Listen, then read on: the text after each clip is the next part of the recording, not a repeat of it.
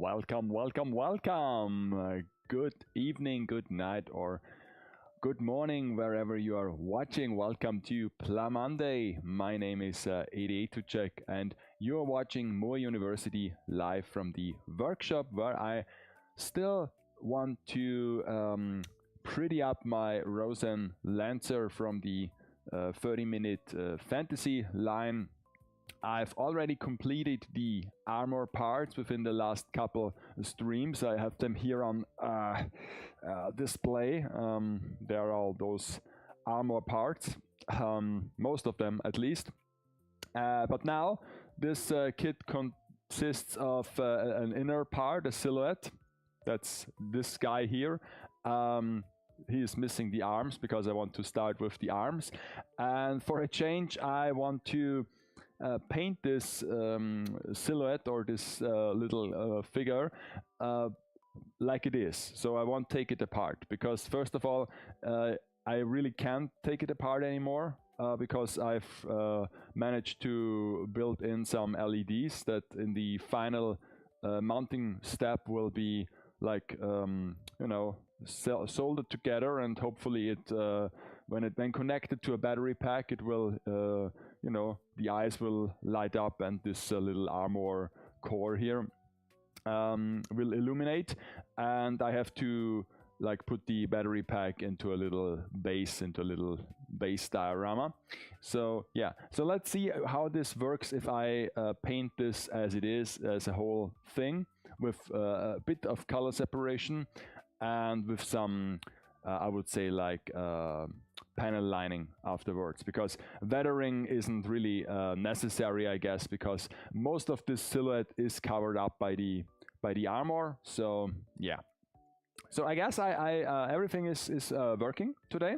I've managed to turn on my microphone like 5 seconds when I changed the scene. I noticed that the microphone wasn't on, so I switched it on. So that must work now, and even have fresh batteries in there. So hopefully everything goes right today. It is Monday night for me. I hope you had a good start into the week. And yeah, I guess we can start. I have a tea, but I was like, you know, I was clever enough to fill this in like 10 minutes before the stream started, so it's actually drinkable now. So I will drink like cold tea today because usually I forget that I have tea. So yeah, okay. So let's see how this works. I have here the little arm on a stand. It's the left or the right arm, I don't know. And then I will paint it with like, there are two separate colors. I mean 3 if you count the yellow, but from the gray one there are 2 separate colors. There is a warmer, lighter gray here at certain parts, and most of the silhouette is this like darker, cooler gray. So I will use, for the darker, cooler gray, I will use black gray. It's a German aircraft. It's a semi-gloss color. And for those warmer gray parts, I will use a metallic one. This is burnt iron. I guess it's the same one that I've also used for some of the shield parts.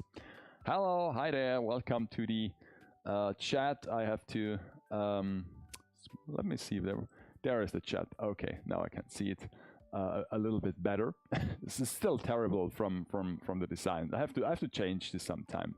Maybe now I can like invest a little bit more time off streams to do a bit of like administration work to make it a little bit nicer over time. But currently, you know, my spare time was very limited. So yeah, but glad you are here watching. So let's see if we can paint those parts. I mean, I guess I will just use like a semi big brush. Should I use a new one? Nah. This is a new one. This is also a new one. I guess that one might. Let's go with this one. Oh, that was in use already. So yeah. I had sent you a tracking number on Twitter, and yes, we were right about one of this. Yeah, I've received the tracking number.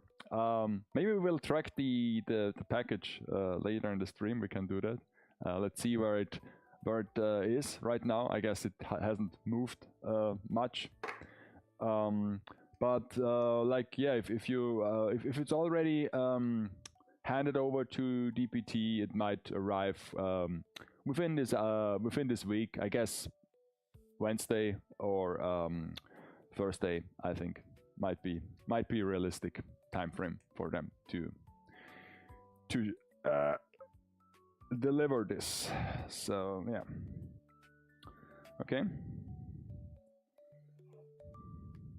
So let's. This is a bit warmer than I was like expecting this to be honest. Should I mix it with some blue color? I guess I will have to mix this because this doesn't look that right. I want to have this a little bit cooler in color. So let me get a mixing tray, and maybe I will just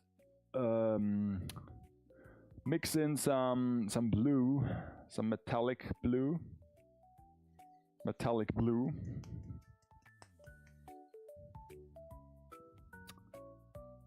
Yeah, of course it did, because you know who wants to work during the weekdays, during the weekends? Nobody.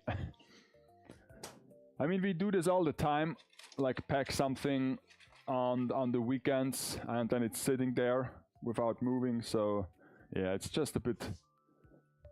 Sorry, I have to grab a few things. I was like planning to paint this as it is, but I will try to have it a bit more like cooler in color. So let's see if we can mix together something nice to have this whole thing covered. So this is metallic blue.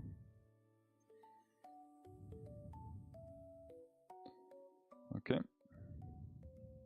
A good thing with this is that I don't have to follow any like guidance. I just want to have this a bit cooler in color. So let's mix it half and half. That should approximately do the trick.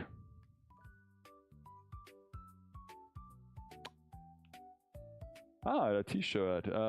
Same happens when you do it at Fridays. Yeah, it's like the weekend stuff. The artwork is fan made. Yeah, it's Chiara. Was it? Yeah, it's OC named Chiara. Like not like the VTuber girl. I guess it's spelled a bit different. But yeah, it's from the artist that also like did the Toshiko mascot and the my Mark, no, the other one that I have.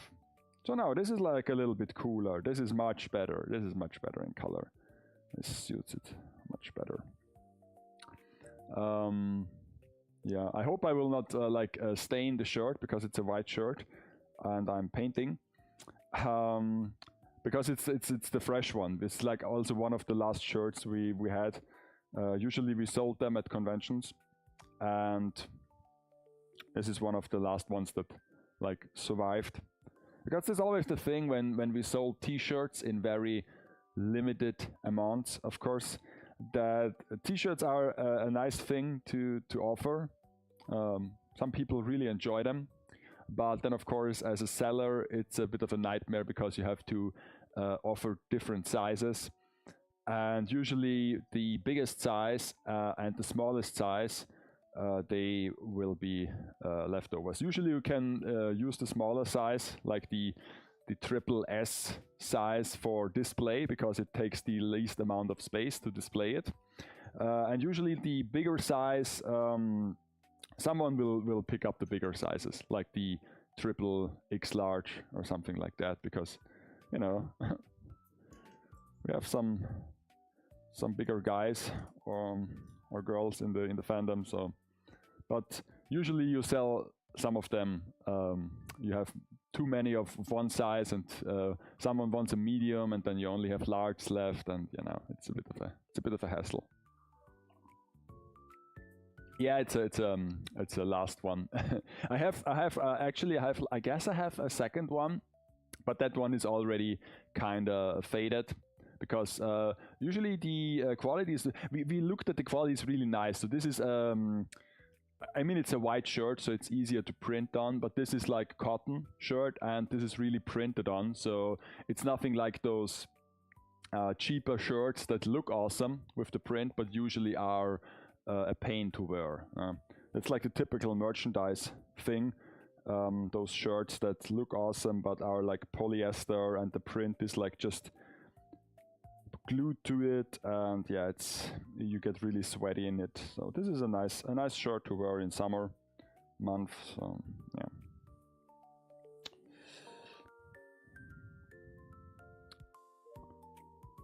And it's also very light.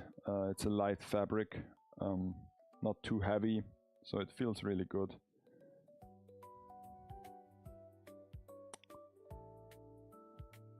Yeah, I guess the second one, the faded one, has become one of my like sleeping shirts. So.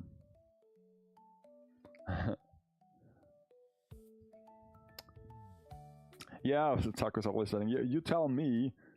I'm like the guy who's always like constantly sweating, especially at conventions. There was even like a meme once when we did our first crew shirts. Like we had relatively soon we decided to like have our own attire, and we printed some custom-made shirts with our logo on it and our names.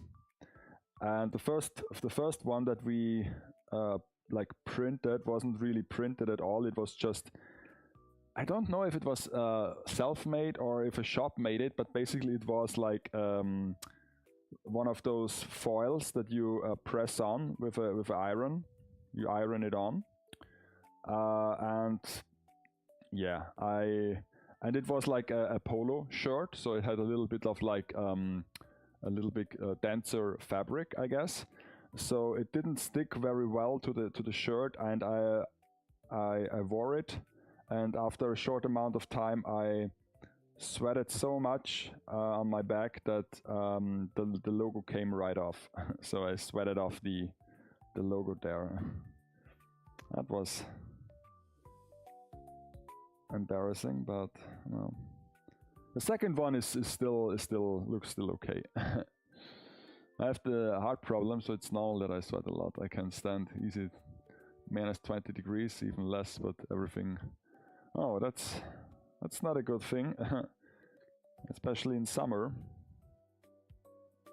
So I assume you have like an air conditioning, like an air-conditioned home.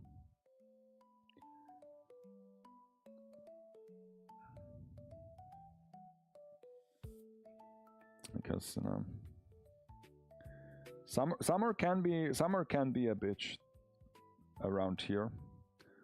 Luckily, no heat wave is inside, but then again, it's just the mid of June, so still plenty of time to have a little heat wave.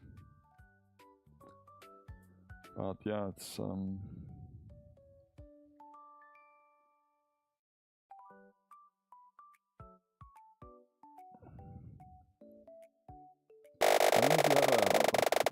I've updated the wheel also, so that's a nice thing to have. Ooh. Ah, that's the right topic to go with. It's climate change. Put this on there because, you know, we've already gone in this direction. So it's like a Seinfeld thing to do. So what about climate change? Or what's up with climate change? Oh well, I mean, obviously I'm not a climate change denier, so I gotta say that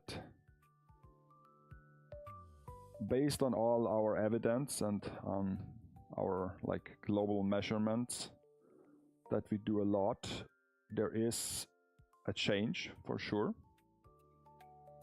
One would assume, if you look at the things that humans do as a species on the planet, that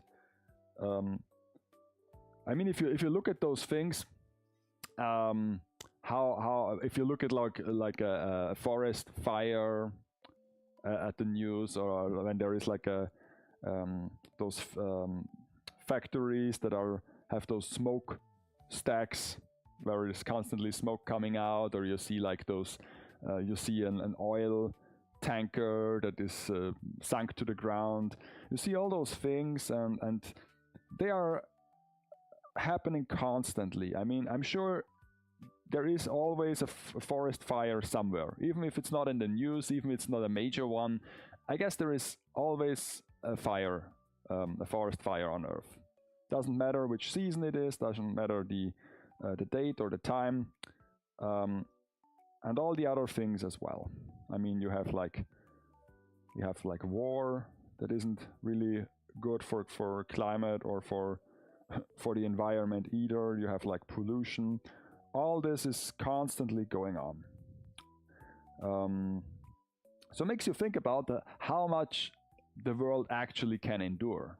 I mean, that's actually kind of amazing that it's still like livable. So I mean, we've already changed, and they say, okay, we have to like condemn it to like a 1.5 degree or like a 2 degree worldwide. Actually, today I've read that something is going on with like the Gulf Stream or something like that, and then it's like there is forming like a pocket in there, and the problem is it is changing, but nobody can, I guess, say for sure what will happen to certain areas in the world. You know, there are like people who say, okay, it will get more hot, and other people say, okay, if this like breaks, like this circulation of like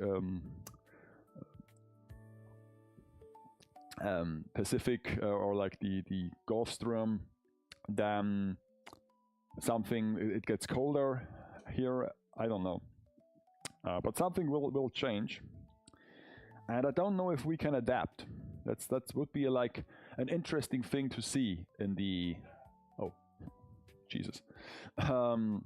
in the future, if we can adapt to that, because let's be honest, we can't reverse it anymore, and we won't reverse it because there is no like incentive to do so.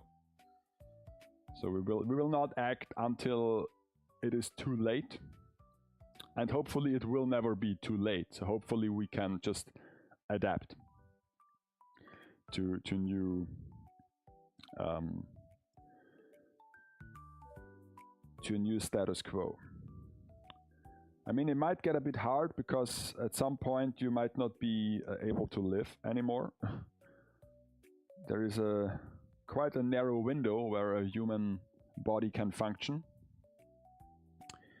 But yeah.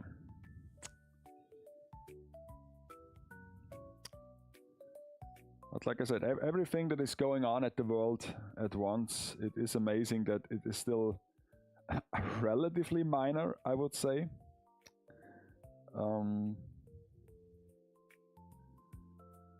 Because even on a small scale, if you look at certain things, like for example, like our work that we do, sometimes we just distribute cargo around the I wouldn't say around the world, but around the country, and some methods are only like for transport. You know, I was like a guy that was folding carton boxes. They will get used once, and then they will be shredded, and maybe it gets recycled, but who knows? I mean, and that's just such a small detail. in a really big picture. So of course, if there is someone who is like doing something against it, is also very, very small. I mean, it's like this whole greenwashing thing. That yeah, you can plant a tree, or you can, like, you know, put some plastic out of the ocean, but ultimately, does it really matter? Maybe if everything will go like this, then Greenland will be green again. Yeah, I mean, maybe.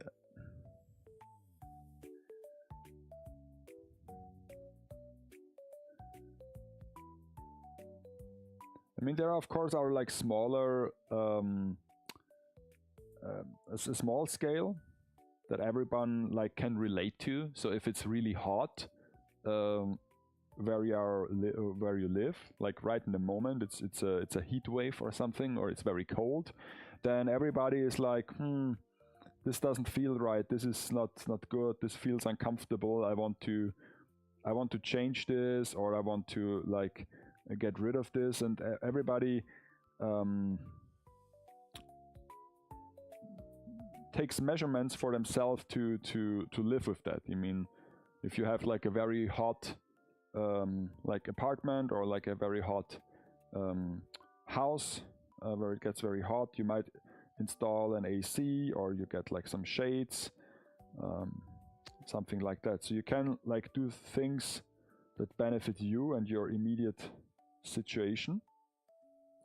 But then there are like those bigger things, like you said, if like the ice melts from the like poles, then what happens to the sea level? What happens to like the what is it called, the CO2 that is stored in the ocean? What happens to all the fish, and to the like the reefs and stuff like that? But this is not something you might usually think about when watching the local weather report, and there is like an unnatural situation occurring in your neighborhood. Those damn poles, yeah. I mean, first of all, most of the time they say, when talking about like weather or measured weather over a longer period of time, they say always it's like too cold or too hot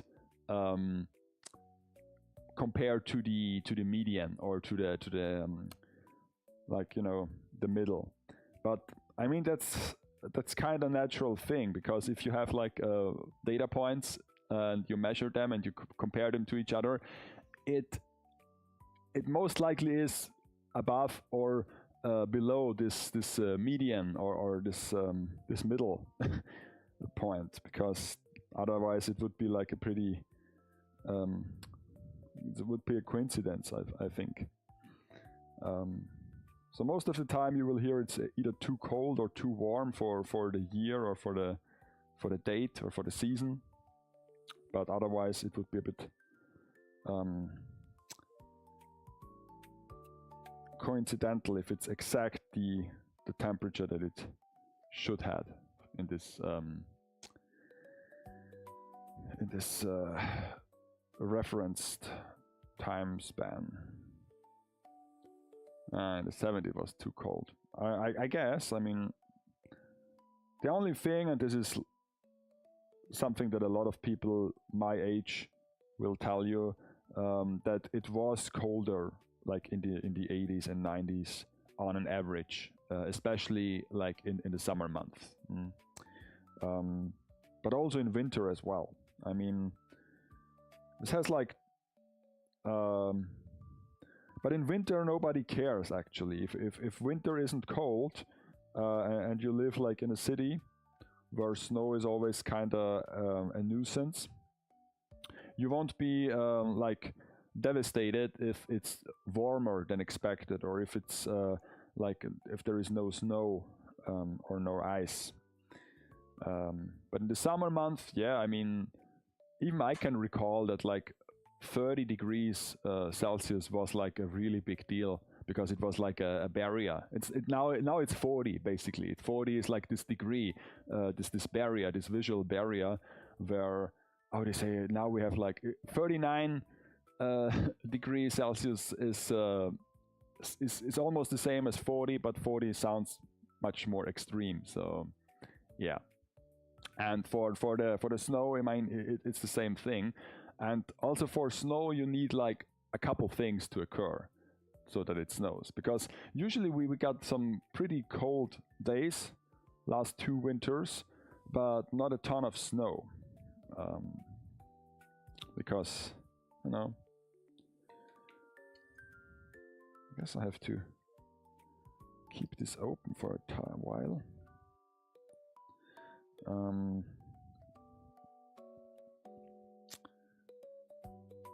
So there have to be a couple things in the right to align that it will snow. But actually nobody likes the snow, especially in an adult age, because it's annoying. So nobody cares if winter is warmer, then everybody will be cheerful most of the time. They only want to have snow at Christmas, like at the exact date, and then it should go away.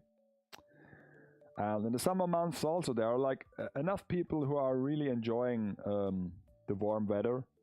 And I guess they are trolling. I mean, there are so many trolls on the internet whenever this topic comes up, that they say, oh, it's a good thing that it's warm, and I like the warmth, and yeah, finally it's good weather, and I like to like bathe in the sun. And yeah, but I mean,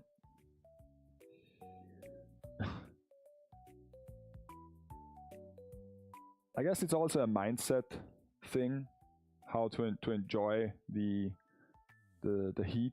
I mean, if you have a medical condition, of course, then it's different. But if you're like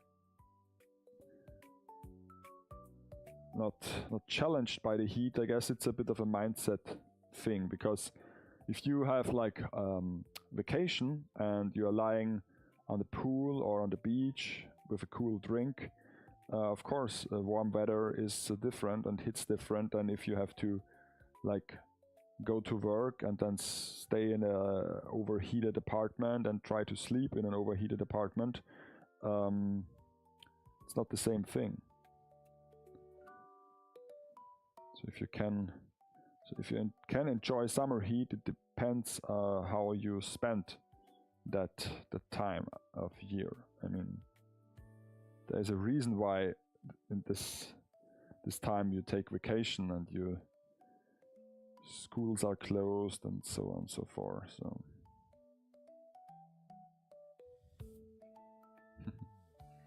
school brainwashed the whole generation that summer heat is good. Yeah. I don't know if it's a school that brainwashed the people.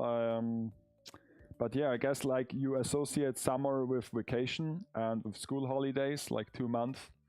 So you looking forward to this. But I guess it's also a bit natural. It's like the day is longer, there is more daylight. You can do a couple things that you can't do in winter. You have like a longer day per se. So yeah, I guess it's only natural that more people enjoy the summer than winter months. But I guess with the recent like climate change and especially the overheated city areas, there might be a shift in perception. But yeah, today I was like forced to hear a radio station again. Vacation, summer, so summer good. Yeah, basically that. So I was forced to hear this certain radio station, and this was also like, they are like, I don't know, they are like very youth branded, at least I think so. They are trying to appeal to at least people under 30, I would say. And they are also like, they were very excited that today was such a nice day, which it was. It was like very nice day. It was barely 30 degrees, sunshine, almost no wind. So it was a nice like day. Like I wouldn't call it a summer day, but it was a nice like day. But tomorrow and for the rest of the week, the weather isn't as nice. forecasted, so they were really sad. It was like, oh my god, tomorrow the weather will be bad. Oh no. I don't know. I would never like make this as a deal breaker for my mood, to be honest. I mean, if you have like something to do that involves the weather and you can't really do it if it's raining or if it's bad weather, then it might suck. But if you have like a normal day, I don't care. It doesn't really matter.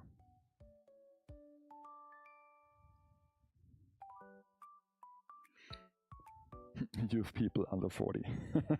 Yeah, I mean, they try to appeal to the youth, I think, but then again, the real young people, like what was it called, like Gen Z or like Gen Alpha, I guess they don't hear like radio stations anymore. So it's just like basically, you know, millennials.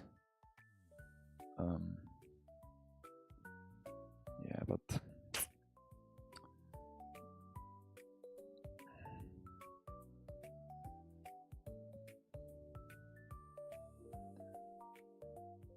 it's also funny how they always like share the same like tips and tricks how to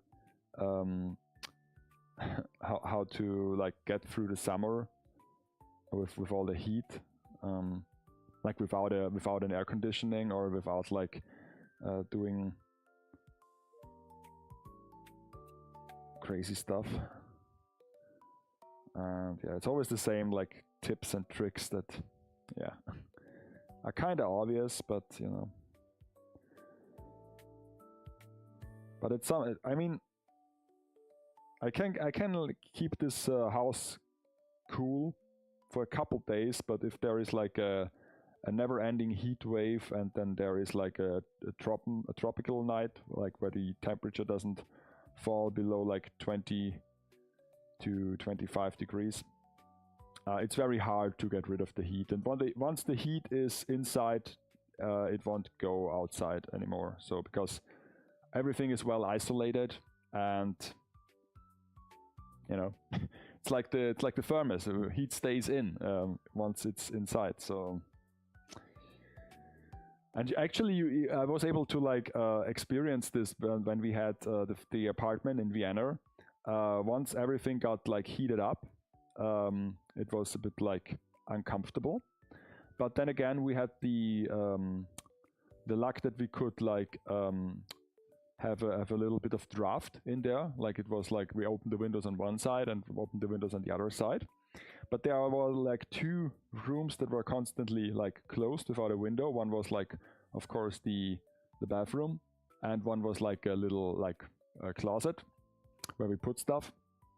And when the temperature fall inside the apartment and you got into those smaller rooms, then you could really feel the heat inside still. So when the heat is trapped, then it might not go out. So I guess it's like I've never heard such tricks and tips. But I would suggest, even if it sounds crazy, if you have like a lot of storage rooms, like a lot of cabinets or like wardrobes and stuff like that, and it's very hot in your house or in your apartment, and once everything is like cooled off, like there is like a shift in temperature, like maybe a thunderstorm or so, and it gets a bit colder, don't forget to open all those doors of those like closets so that the air can you know, like spread out. And then of course, like don't produce any heat in the summer month as well. So if you can avoid it, don't like do the dishwasher, don't do the like oven, don't cook basically. Eat outside or like take away or something like that. Of course, don't do like any ironing. No, everything that produces an excess of heat.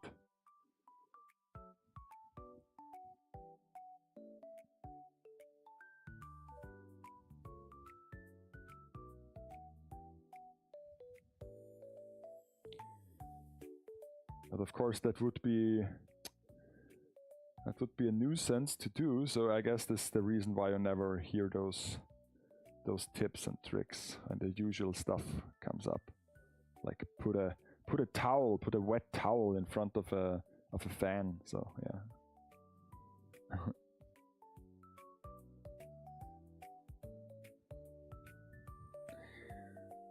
37. You are a millennial. You are a millennial. Yeah, I guess that's right. Yeah, I'm also a millennial. So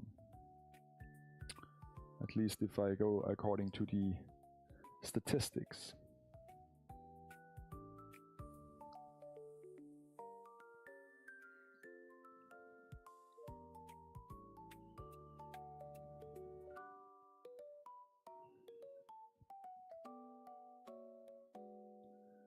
But yeah, I think we have to adapt to climate change and to like local change in weather and in climate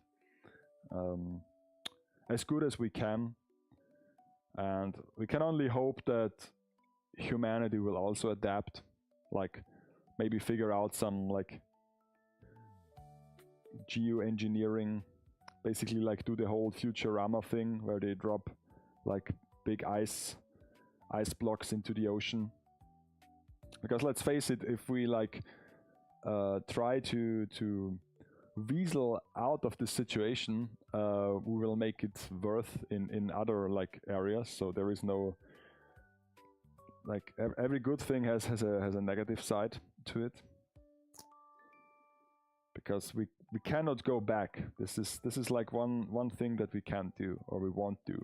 I mean, we could, but we will not do this. We can't go back like to basically to a eco-friendlier civilization. Quite the contrary, the more like technical advanced some countries get, and the more they rise up, the more stress this will put on the environment. So, and everybody wants to rise up in like a social hierarchy. Nobody wants to stay like as a peasant or like a basically like a caveman compared to like a civilized society. I mean, I guess there are people that are still like cavemans, but only because they don't have any like comparison.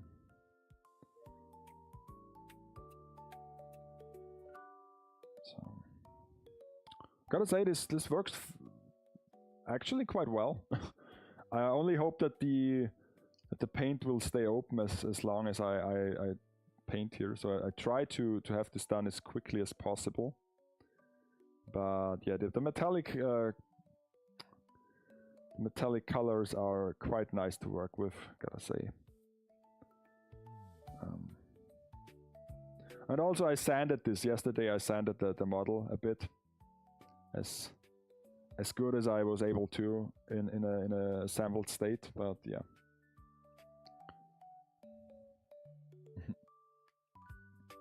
Every stick has two ends. Yeah. It's the stick of truth. I mean,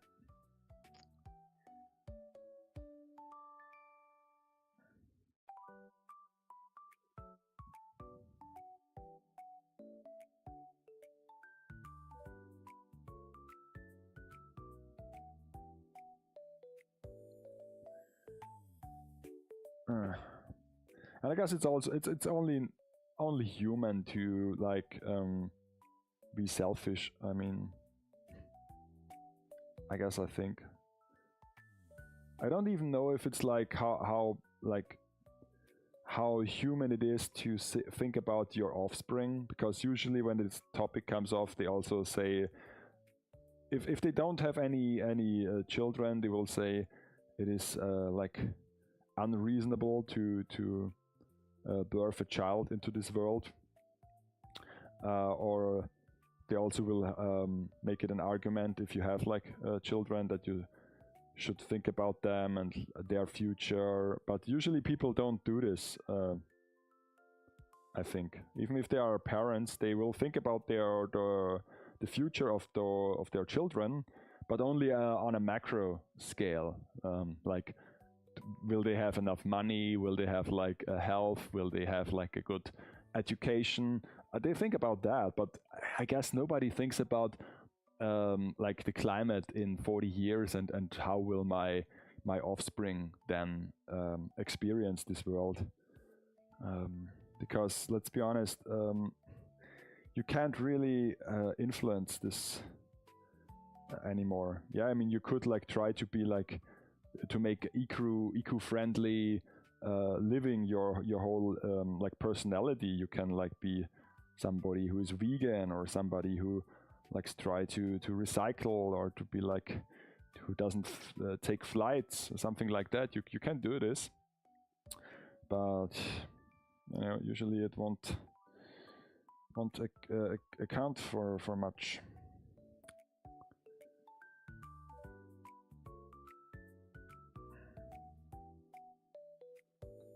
So why even try?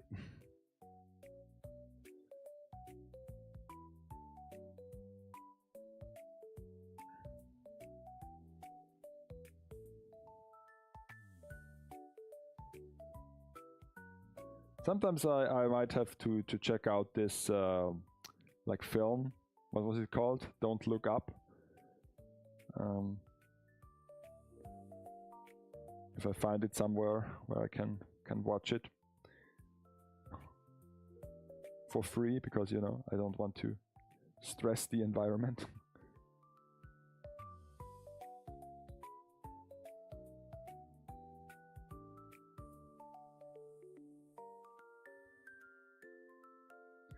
I mean, it's this whole thing. They try to like save the planet with like little things, and then we have like greenwashing ideas that we try to live a bit better, and then something comes around the corner and destroys it in an instant. I mean, with like the whole let's take for example like the whole internet, and then of course this whole Web.2,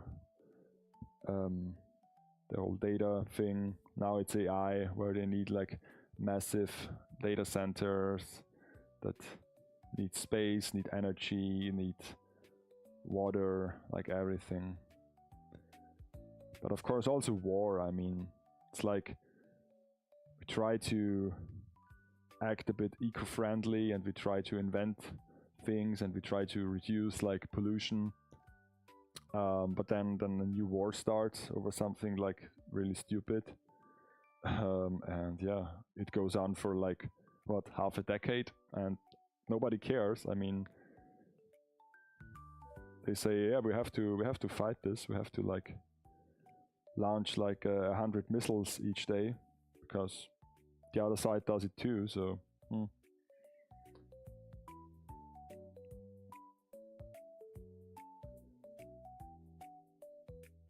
I guess the funniest, or like, I don't know if it's funny, but like it's more like a tragedy that I heard was like the plastic straws that they got banned a couple years ago for the environmental reasons. And of course everybody was sad because they liked the plastic straws for their drinks. I mean, I prefer like, oh god, do I like, did I just touch this? I guess I did. I like both of them, but only as a craft, only for crafting. I like the paper ones are cool for crafting, but also the plastic ones have their merits. Usually I don't drink through straws, so I wasn't like really hit by this ban. But yeah, so they banned the plastic straws, and now we have like those paper straws. I mean, sometimes we have like oh, good night. So yeah, oh, it's 10 o'clock. Yeah, good night. Was nice talking to you again. Have a nice week. I will just try to get this done. I have to. Oh, shit. Doesn't really stand up. Can I just put some water into here? Yes. That's a nice thing to do, because this gets dry. It gets dry very quick. That's the downside of mixing things. So yeah. So yeah, they banned those straws. Now we have like paper ones that aren't really paper. I mean, because if it was like pure paper, it would just, you know, instantly dissolve in water. So they have like this, I guess it's a chemical thing on the inside. And now they figured out shortly after that those are with those like PFAS, like those chemicals, that forever chemicals, that are supposedly very, very bad for the human like body and like for our like health and body functions. So yeah.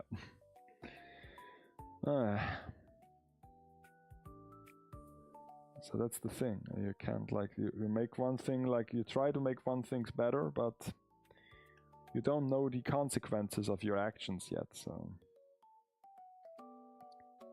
I mean, that's one of my core principles when it comes down to it.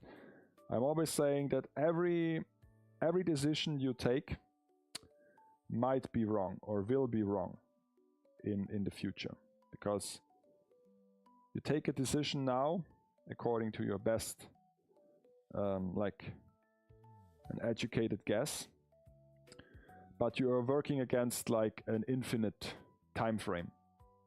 So every decision you take now might be wrong in the future. So that at some point you will regret this decision. So this might sound a bit like doom and gloom, but what I'm trying to say is that it doesn't really matter how you decide. So if you have like a really hard decision to make, be aware that it doesn't really matter so much how you decide, because you can't really calculate all the outcomes. And of course, most of the time you will look at the past with some rose-tinted glasses. So if you take a poor decision, at least you will be nostalgic about it at some point, and you will say, it wasn't so bad back then.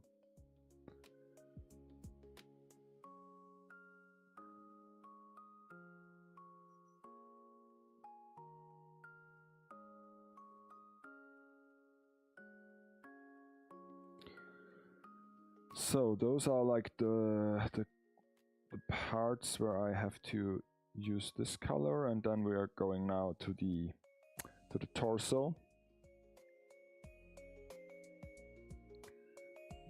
Let's try to have this covered as fast as possible, because like the paint really wants to close. Get solid.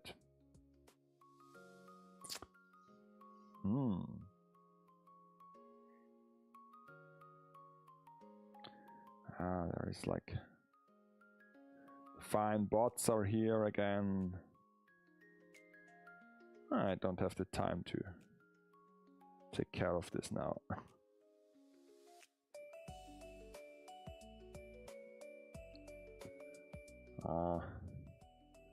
I like some artificial viewers in here, some bots. I can entertain those bots and like greet them. Is this like a thing that, wouldn't it be like scary if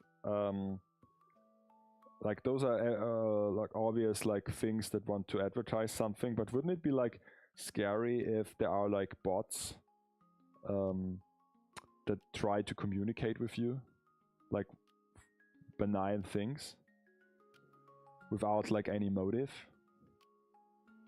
Maybe this is already happening, I don't know. I didn't notice them. I mean, I have already noticed on YouTube that you have like comments that are like always have those like beautiful lady pictures, and they I don't know how they do it, but I guess it's like an AI thing. They always like say something that is quite topical to the video. So yeah.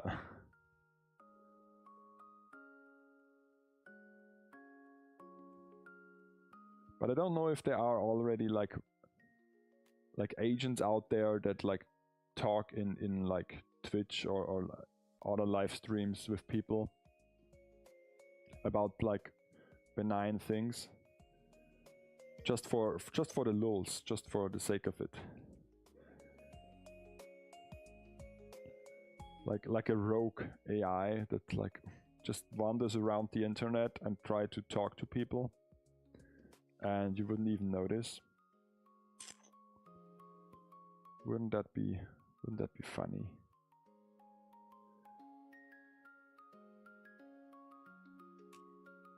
I mean, I for once was never like a big, like, wouldn't say big, I was never a guy who actively searched for a conversation online. Most of the time I will not interact in forums as a means of discussion. I will not like comment a YouTube video. Most of the time, because the thing I want to say has already been said by other people, especially if it's a you know, a big YouTube video, like a creator with like 100,000 million subs.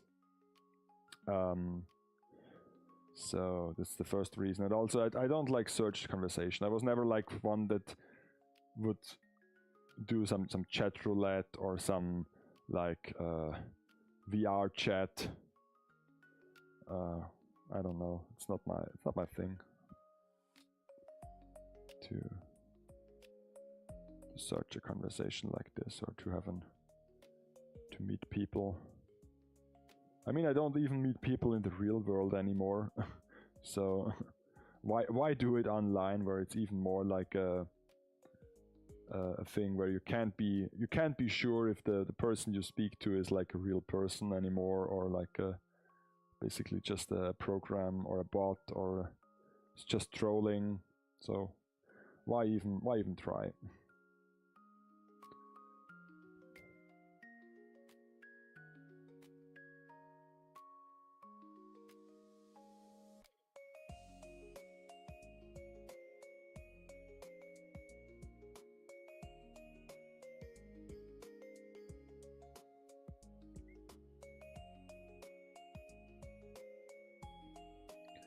So now I'm really getting into the portion where I can't hold this anymore. So I guess I will call it quits here and have the second half painted later, once everything dried up, because as I said, the paint isn't really behaving anymore as it should.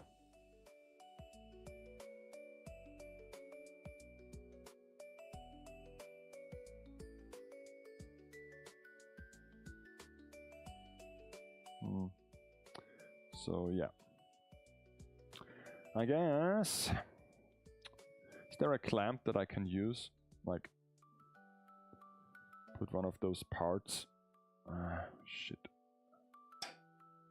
Okay. So I guess I can take him on the arms and then try to like display it like that. Yeah, okay, this works. Thankfully it works. So let's see what's going on here. So we can do this, and yeah. So let's seal this up. I mean, only to have a reference for later when I have to mix the same color again. And then let's go on.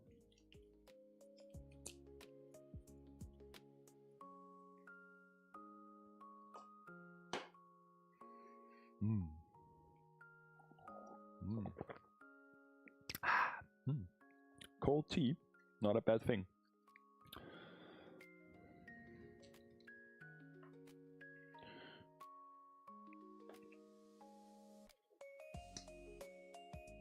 Okay.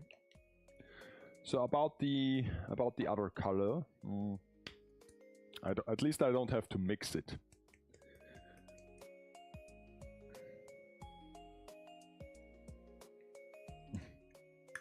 Lid came off. Classic. A classic color thing. The lid came off. So let's take another brush. Maybe one with like a bigger like brush size, and let's easy does it. That's such a nice metallic color thing to have. That's real good. After that, I might try to weather some shield parts, because I stopped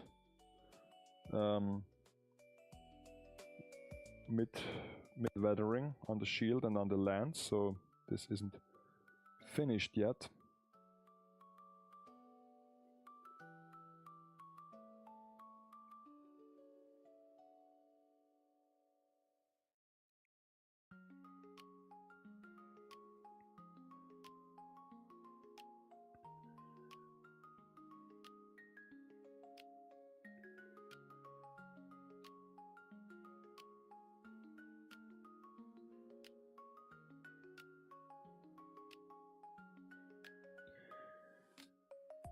But it immediately looks nicer when painted, so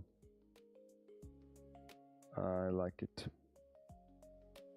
I hope that it does go well together with the armor. That of course is much more like out there. But yeah, you can now see it's a bit glossy, of course. And I guess it has to remain glossy. I'm still unsure if I will top coat this with a glossy finish or with a matte finish. But here you can see the difference between those two parts. Like the one on the left side here, this is unpainted, and this is like now painted top part. So looks kind of nice.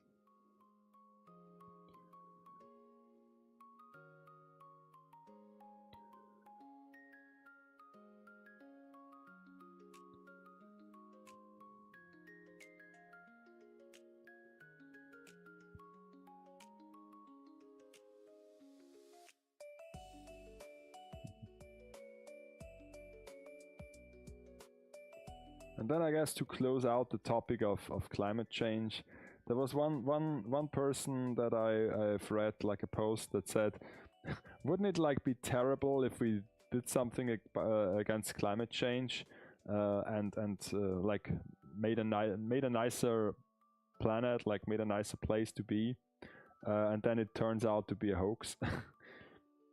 Because we would have like a nicer planet than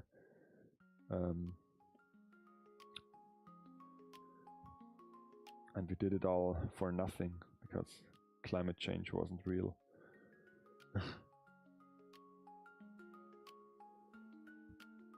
But yeah, I guess it won't come to this thing. I mean, that's a like a bad thing to say, but right now, I guess isn't it like the plot of Don't Look Up with the meteor that is like a stand-in for climate change. But honestly, and then we have like what was the movie called, where Bruce Willis flies up there to the asteroid and destroys it. I mean, it's the probability is not zero that I won't experience something like this, but I'm curious what will happen if something, and I guess a meteor would be the only thing that I could think about. What will happen if the whole world, the whole human existence is threatened by something within a reasonable time span, like say half a year or a year, like a meteor or like a alien race or something like that. Would we be able to band together as a human race and fight against it? Because right now, I think regardless of the threat and the time span, I guess we won't be able to do this. Because there will always be people who are like plotting against each other, despite having a common enemy.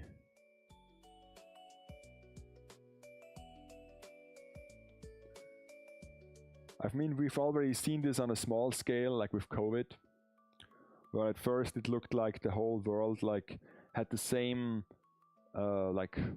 frame of measurement, what has to be done. But then, of course, it wasn't as bad as people made it out in the first place, and so then, of course, people started to deviate from this plan and said, okay, maybe this isn't as bad as it looks, and maybe we don't have to do all those things. And so, you know, then, and once the seed of thought is sown, then you can't go back anymore, because there will always be like people who act against you then. So if there will be some alien race that threatens us, I'm not sure if we can band together and like work hand in hand. Which is ultimately a bit sad, because it would be interesting to see what humanity would be able to achieve when everyone works together on a common goal. Yet again, we've already seen this with the space race. I mean, there was a reason why we were able to put a man on the moon. I mean, not we, but like the USA was able to put a man on the moon like 50, 70 years ago, was it? And we did not achieve this ever again. Even with like arguable much better technology. So yeah, because there is no like shared goal anymore. There's like some people want to, some people like to like, you know, do science stuff and like get funded for it and have this as a job. But then there are enough other people who say, why should I care? This is not a priority, and so it's not as interesting anymore. And therefore,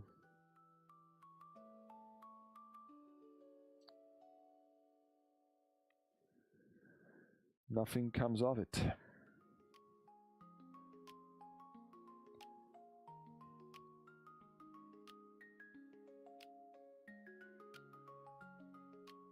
Gotta say, this like painting the whole model works kind of well, but the only problem that I can see is that it's a bit hard to paint everywhere at once. So yeah.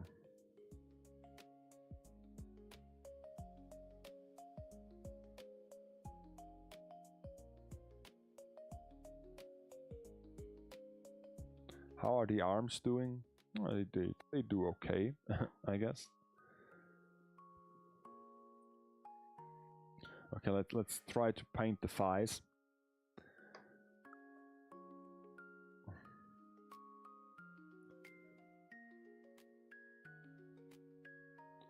I'll just try to be cautious.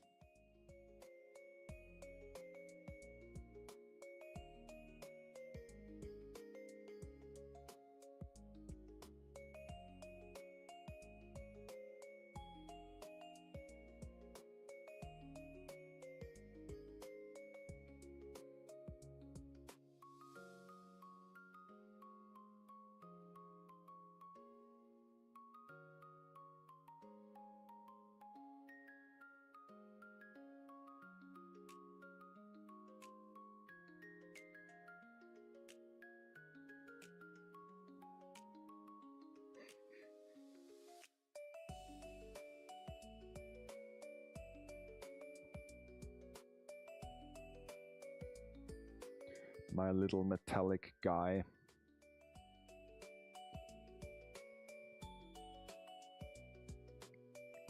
Last stream I've checked, I've worked on this like for 40 days now.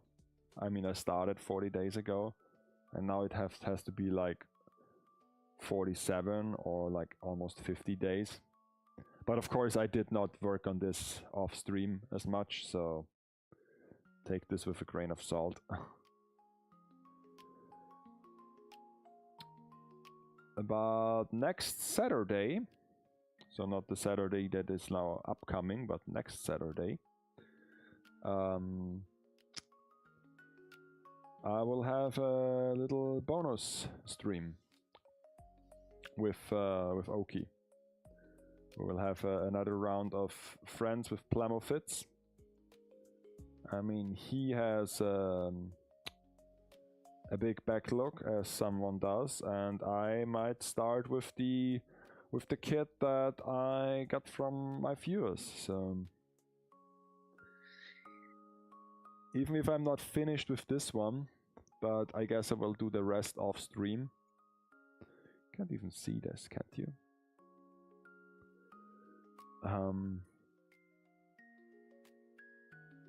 Because for this one I also have to like paint or build the base first. Only a small diorama base. And yeah, I mean,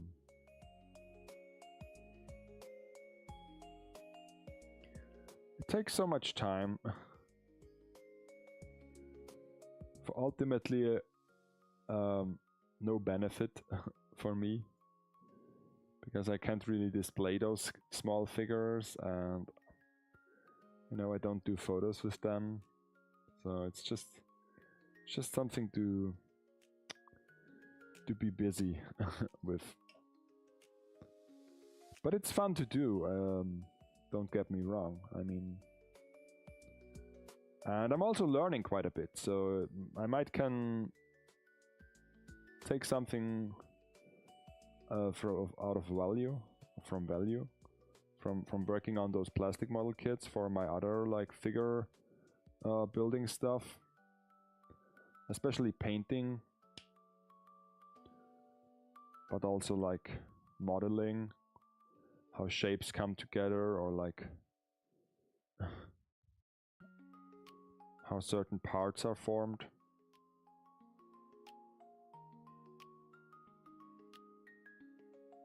And who knows, maybe sometimes when I have a 3D scanner, we can maybe build something even bigger.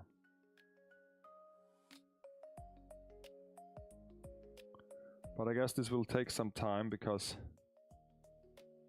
I've decided what I will do with my summer bonus, or what I have to do, is basically build a small server, like a home server, with tons of storage. Because first, of course, my like hard drive in the PC that I've built last year around this time, like in spring 2025, is now already getting full,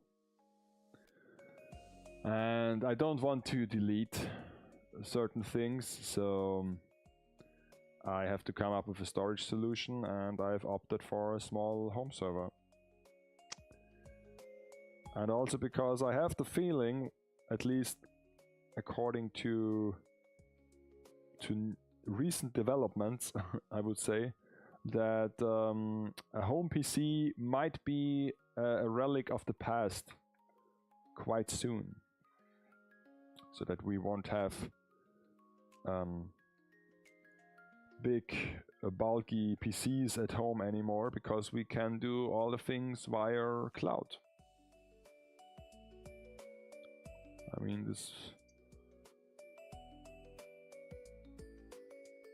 they already tried this a couple times with like gaming and stuff, but you know, people didn't respond well to it. They didn't want to have everything in the cloud and like pay for it. So cloud-based gaming went nowhere. But now, I guess they figured out if we can't like convince them to change to cloud-based services, we just simply have to force them. And how can you force someone to use something? If you make a personal PC and all the components that go into it, like basically super expensive. Because then people will say, I don't want to spend 5,000 euro to build a decent like gaming PC or a decent content creation PC. I might opt for something different. Because once again, it comes down to money. And then suddenly, the few terabyte that you can rent on a web server hosted by a big company don't seem so bad anymore. Because it's only like 40 bucks a month, and I mean, that's just like 2 coffees, am I right?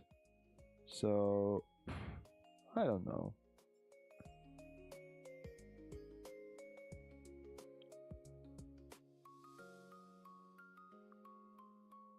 Today I was informed that I will not be able to share my Adobe license anymore with a friend of mine, because no, she said it's still too expensive and she doesn't use their programs anymore as much.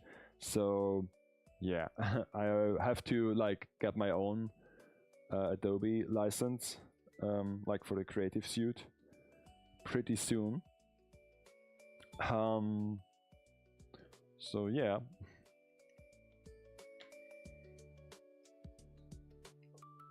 That sucks. Because I have to, because I use those programs on an almost daily basis. I mean, I have to be fair in that regard. It's not like, oh, I have to pay for this. I don't want to pay for it, but I use it. It's like you can't like say, oh, those are bad programs and there are better ones out there and there are cheaper ones out there. But I still use those programs. I mean, it would be disingenuous if I say I want to use them, but I don't want to pay the price. So, okay, where is the, okay, that's the color, because let's do this again, shall we? Mix a new batch and then go on with the upper body, because there is still work to do. So yeah, I guess the most reasonable thing that you can do right now, if you are like want or have to build a new PC and it's too expensive, even if it sounds a bit silly, is that you try to siphon a bit of profit from like those highly well performing like software and hardware stocks on the stock market. Because let's be honest, if you like bought Nvidia or any other chip company like even half a year ago, we don't usually, if somebody says something like this, they say if you bought like Apple in the 60s or in the 70s, then you would be a millionaire. But you don't have to do this anymore. It's enough if you bought it like half a year ago to make a decent profit.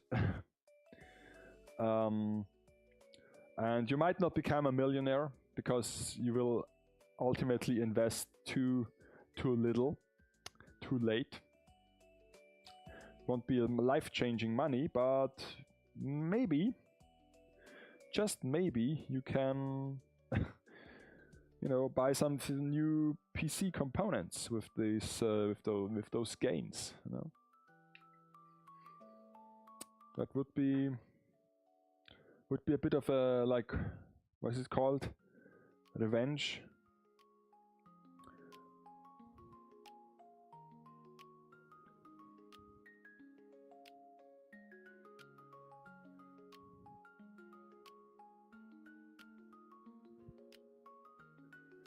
But yes, as far as I can tell, and I know this is a bit like I'm leaning myself out of the window right now, but I think the age of cheap PC components is over.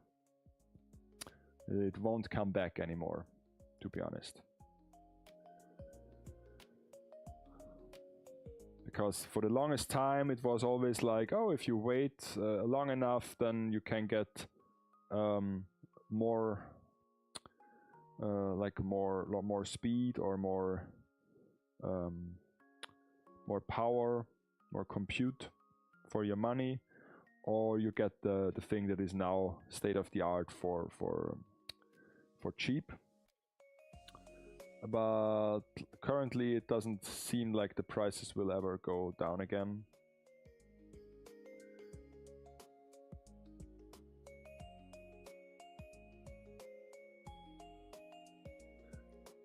I mean, I know people speculate about like, yeah, but when the AI bubble bursts, then nobody will use those PC components anymore, and then they will drop in price. And I guess I can see those points. I can see their point of view, but again, it's like the same with crypto. People also say, oh, if this dies, then everything will go back to normal. And but I don't think it will burst. It's too big and too important already that it will disappear. It might evolve, but then again, it won't be any better, I think. So if you have to build a new PC or have to invest in your hardware, I would advise to do it like yesterday or right now, because I don't think to wait for better prices or even better availability will do you any good in the near future. Because, you know, I mean, from what I've heard, I mean, I'm not like super immersed in this like discussion or in this space, but from what I've heard, that even like certain manufacturers dropped out of the consumer business, so because they don't have enough, like a big enough profit margin on those like consumer parts. So basically the things that gamers and like home PC users put in their machines. And so even if the AI bubble does burst, it will take a long time until things get sorted out. Because it's not like you can use those special chips in your home PC for any other like purpose, I guess. So yeah.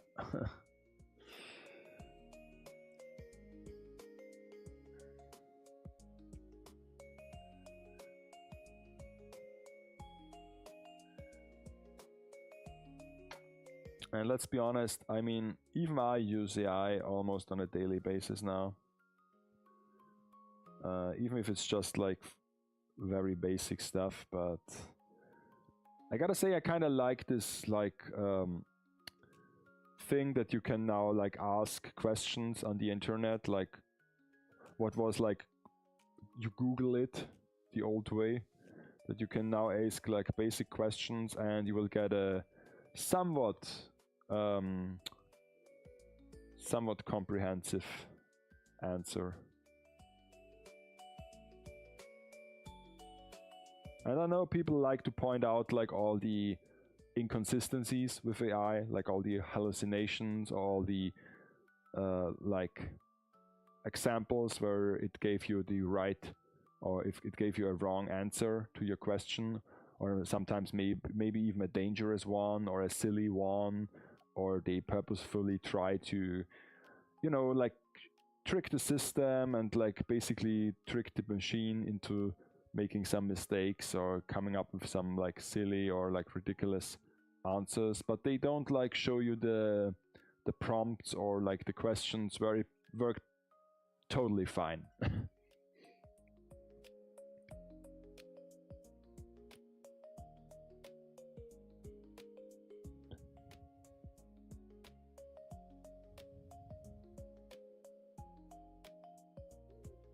like for example, I mean, those are like small things, but ultimately those are the things that really help people and that are really like that everybody can understand and can use. Now we are back to this topic. I recently like reshaped my garden. Okay, so naturally you will visit a ton of like garden centers and shop for plants.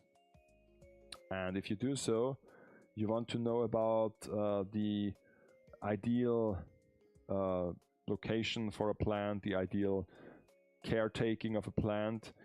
And let's face it, those like small plastic cards that come with all of those plants, they are just basically very, very rudimentary, so like basic.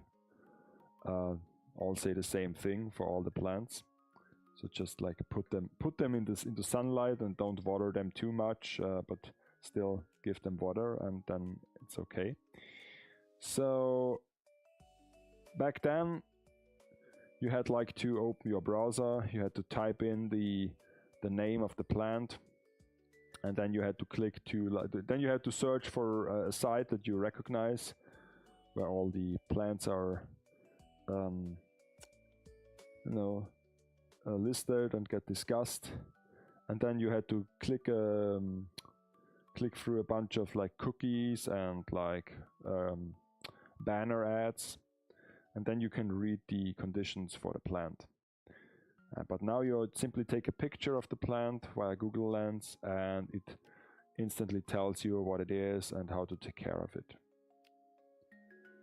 And like I said, those are like small things, but those are the things that people use it for on a daily basis, and they enjoy those things. It's like the same with cell phones. I mean,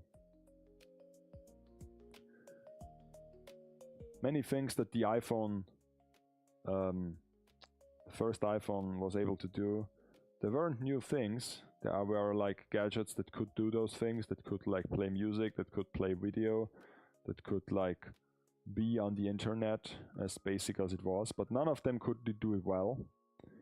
Most of the time it was a pain to work and to be entertained on those small portable devices. But the iPhone was the first that managed to put everything in one unit and make it at least work most of the time. And so they were rewarded with the trust of the people.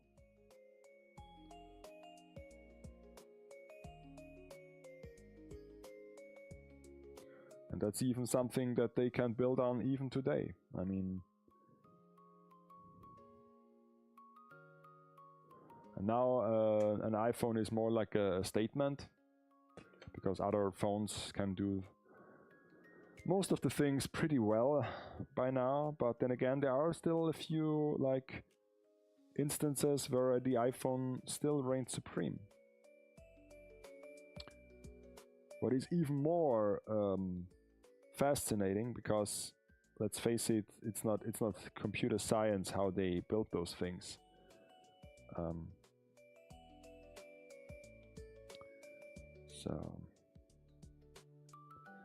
But yeah, if you want to have like a 3D scanning or like facial recognition, like for VTubing, or even like basic like good cameras for filming, then you might consider an iPhone.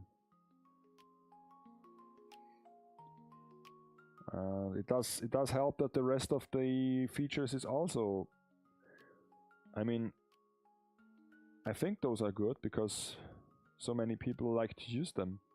And if you have the right ecosystem, like the Apple ecosystem, I assume it's quite comfortable to live in there. And to be like cross-connected over several devices.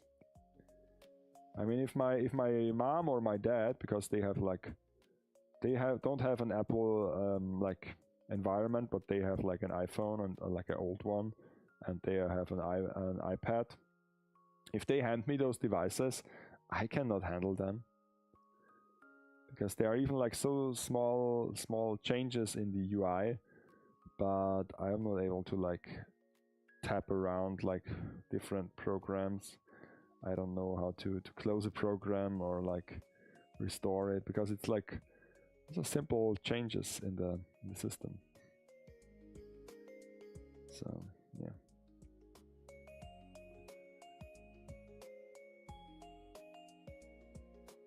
But if you never experienced something else, I mean, doesn't really matter.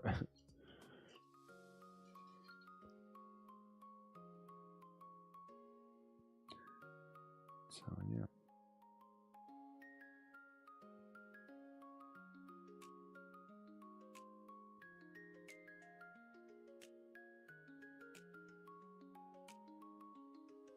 So all I want to say is, if you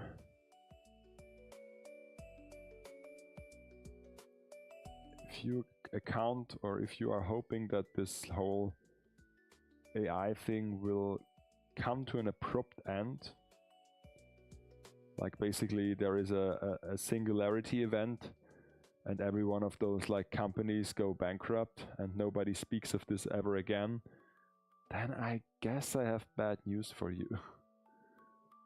Because even if like a company goes bust, you know, like this OpenAI thing, or what is the other one called, this Anthropic, even if they like go bankrupt because they like overspent and, you know, did not manage to take a profit.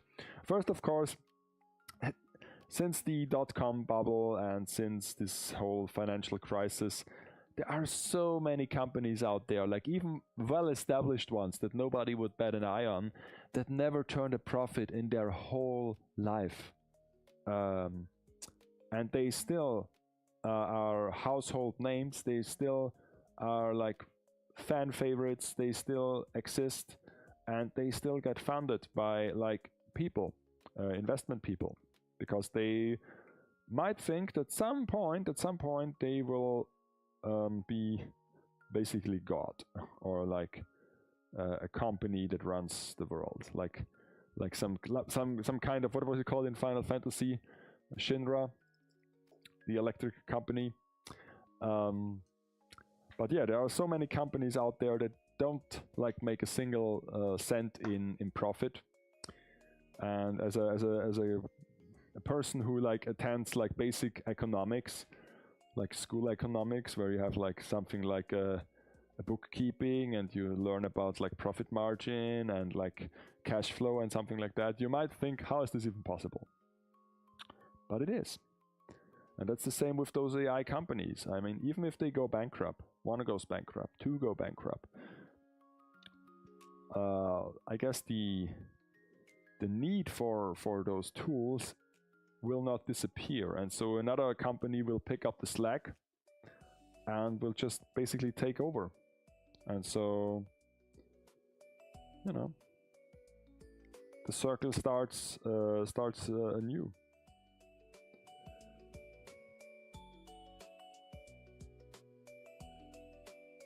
And so, and I know that like AI is a especially touchy subject, because it basically disrupts so many fields where people make a living out of it. It's not just it's not just automation in like jobs where you have like, you know, blue collar work jobs. It's also a ton of like white collar stuff and like creative stuff, and you know, people tend to be emotional when it comes to creative stuff. They don't tend to be emotional if some robot gets installed in a factory who does the same task as like 3 workers, but in like a fraction of the time. This might even be seen as a good thing, like as a like leap towards a future where we don't have to work anymore. But if a machine comes across that, like, you know, does music or does like paintings or like does movies, then people might go, hey, those are the fun jobs, those are the things that we still want to participate in. And so yeah, but then of course, if the companies see that those like robots can do it faster and basically for a fraction of the cost, then, you know, it will be a hard sell. But yeah, there will always be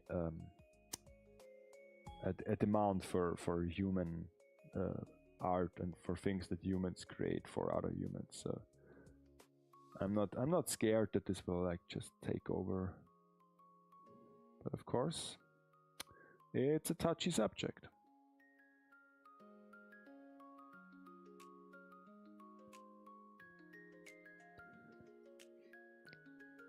And even then, if we don't have anything to do anymore, because everything is sorted out for us, I guess we will be like very, very bored people. Won't we? Let's face it, if we don't have to do anything anymore, what is left to do there?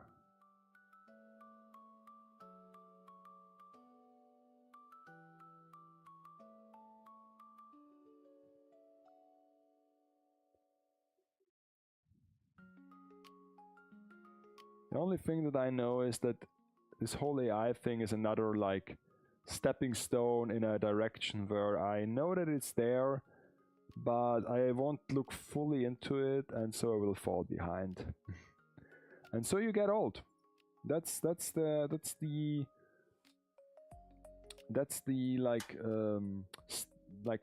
first step that you get old. You lose like the grasp on what is up. I mean, it was the same with like crypto. When this was like really in its infancy, I did not pay attention about the technology and about the possibilities. And I don't have the excuse that I was still too young to like be interested in stuff like that. No, I was like just ignorant. I was just like, oh, what do I care? I don't give a damn about like Ethereum and Bitcoin and like all this other crap. But a few years later, you might start to look into things, and then you recognize that if you want to like understand this, not just like, you know, invest and make some money out of it, it's just like too big of a thing already. So I'm just, you know, don't care about it anymore. Just follow the scene. And it's the same thing with AI. I mean, it popped out. There was like this thing in the news that there is now like a chat tool that like imitates like real conversation, and you think, oh, that's a silly thing to do. And now it's like, and then you watch like the things that PewDiePie recently does with his local AI agent, and you're thinking, wow, that's a whole nother level now. And you know. Okay, so how do I paint this beneath the clamp? I guess I simply don't. Then all that's left is the future is straight out of Terminator. I don't know. I mean, like I said, a sentient AI that will like, you know, take over the world because they realize that humans are insufficient and ineffective. I mean, maybe this is the thing that will threaten us as a species, and maybe we can band together and we can fight together and overcome our differences. It would be nice, but then again, it would be for a bad cause. Might not be the thing that it's like a monkey paw. So you wish for world peace and you wish for humanity to come together, and then you will be granted with this wish, but it is because you have to fight against like robot Terminator things. You know, it's classic monkey paw situation. The funny thing is that before AI became popular, people kept saying it would replace tradespeople and manual workers. A lot of people laughed at the idea back then, but today those often overlooked professions are the ones that have their moment. Yeah, I mean, I guess. We also like reckon that it is very hard to find blue collar skilled blue-collar workers. But then again, that might be also due to the payment structures, of course, because there are like trade people, like handymans or like trade professions, where you heard that they get really good payments. But then, of course, you have to take into a consideration that usually those jobs are very demanding physically, also for your health. So you have to take this into consideration. It's always like, what do I want to do in my life? Do I need this? Do I need this extra amount of money? It's like the same when I was young. It was like viable to enlist yourself in the army and, you know, like participate in like conflict zones. Like, it's not super dangerous, but like there are still some checkpoint things, and you made good money for like a couple years, because you thought, okay, I will need this like start this seed capital for my life, like for a family or for a house. But you wouldn't do this like for your whole life. You wouldn't become a mercenary. And it's the same thing with like any trade thing. No, my father came from like humble beginnings. He has like you know, trade people profession. He was like what's it called?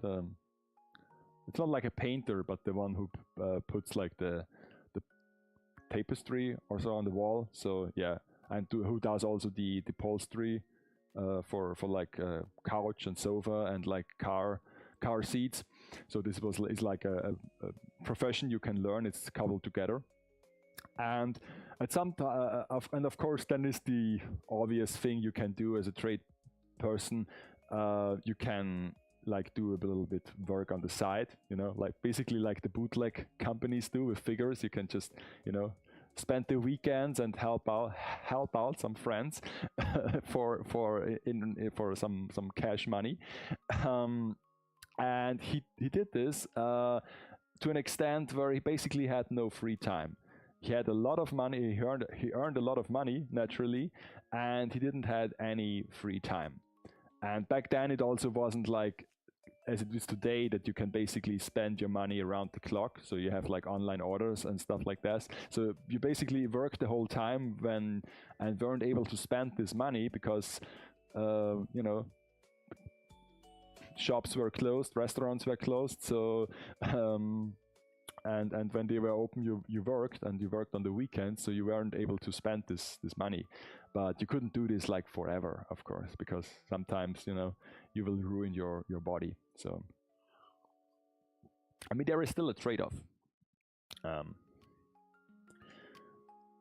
if I had like the choice, or if I would put into the position to be like a person who works really hard and have a really demanding job, but earns like, let's say, 30, 40, 50% more, I might not take this opportunity. Because, you know, at a certain point you think your personal like health and your personal well-being is more important than just earning money or just earning repetition.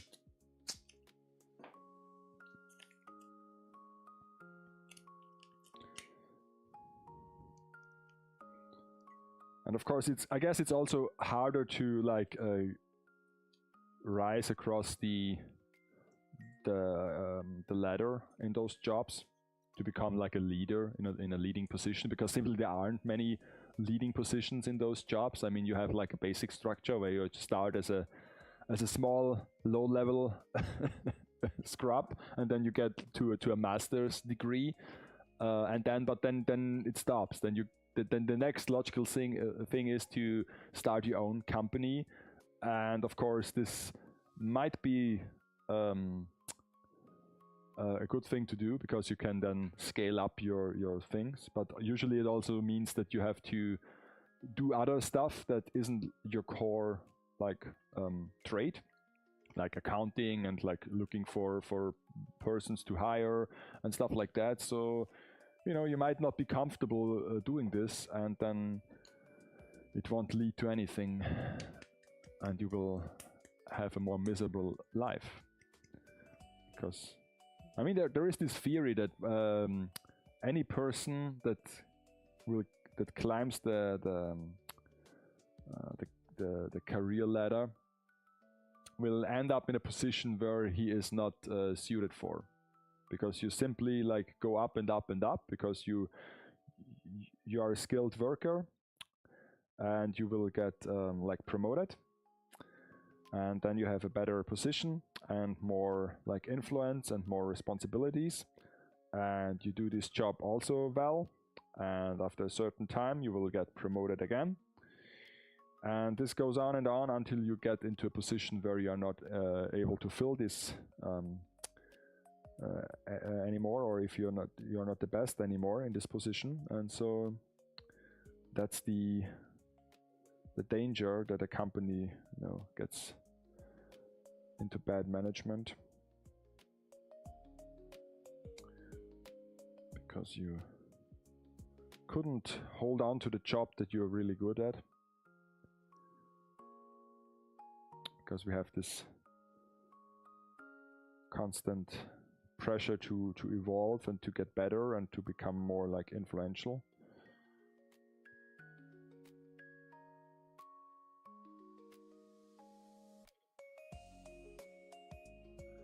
But yeah.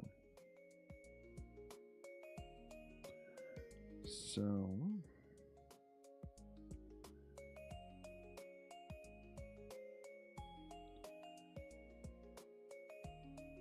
what's the time? It's 11 o'clock. Okay, plenty of time. So we'll just. Oh, I did not paint this one here. Bummer. Let me change this. Before I keep doing this.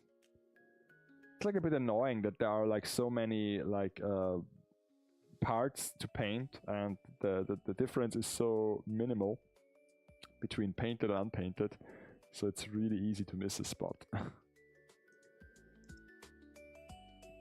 But I guess as for the inner core, it looks okay. I've already sealed this crap. Oh well. So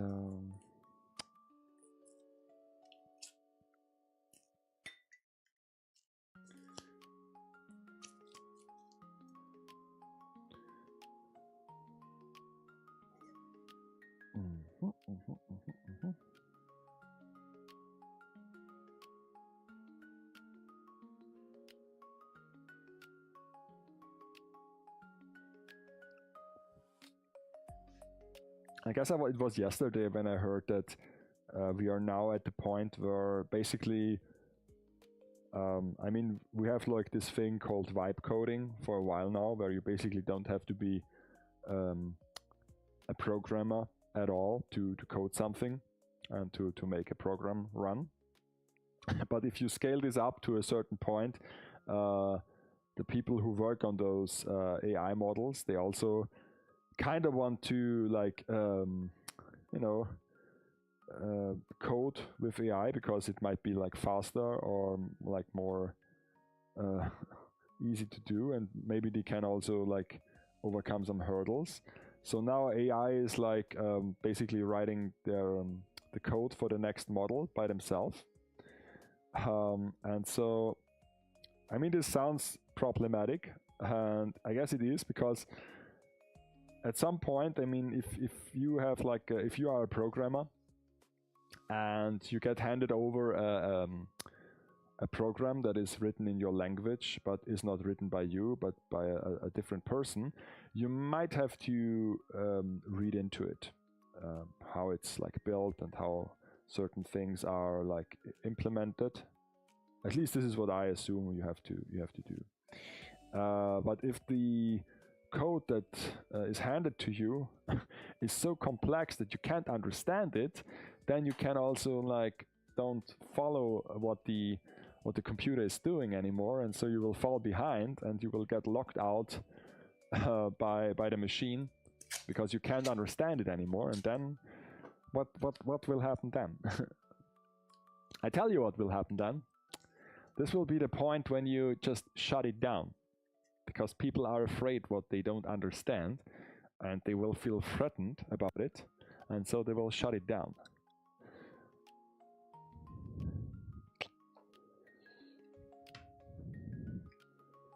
Because it's all good. It's all good when you feel in control.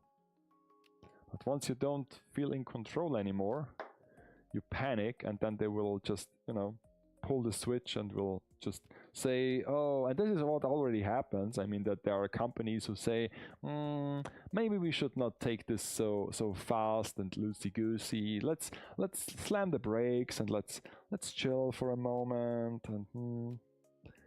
And then again, like with climate change or like with everything, if one person says this, others will just say, oh, that's an opportunity, now it's my turn, and they will interpret this as a weakness and will just go behind your back and start doing their own thing. So again, we cannot agree on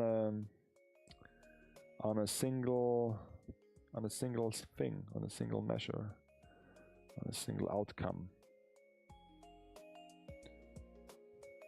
I mean, it's kind of like amazing that we managed to like basically fix, like, what is it called, acid rain, and the ozone problem, like the hole in the ozone thing, that we just, I guess, kind of fixed this.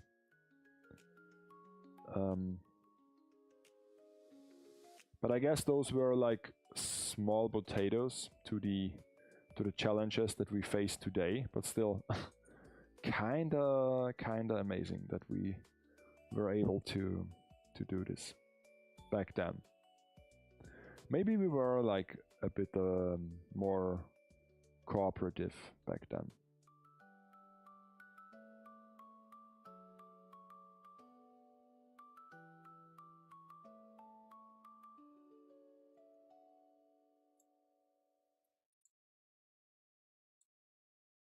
When not everything was about performance.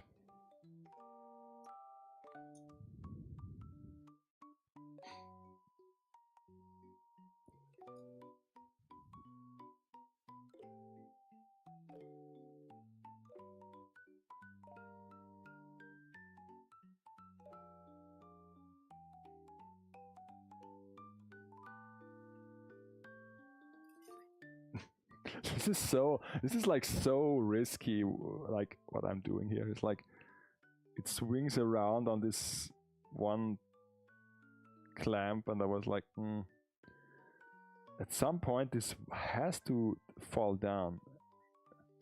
There is no other way this will go, I guess. Let's push it to the limit. No risk, no fun. I just noticed that there are knee pads that are also this color, so I have to paint them as well. I wish I could hold this, but I won't.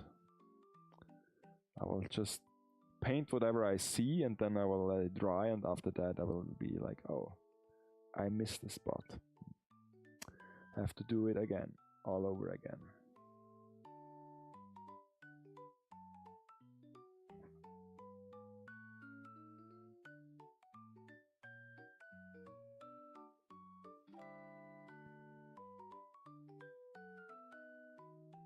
I don't know if this is a stark contrast with what I did last couple streams, to be honest.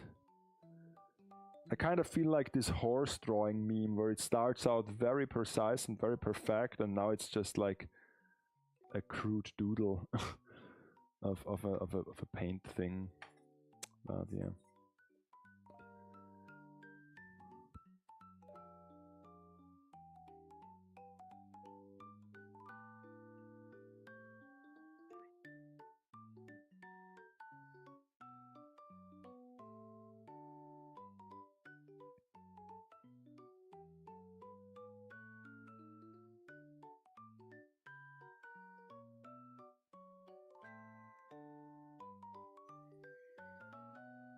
So yeah, but yeah, I might host my own server very soon. So the perfect opportunity to start like downloading a ton of anime and store it, because that's usually what people do with their private servers. To have a huge collection of like media of dubious sources. Of course, all in the name of preservation.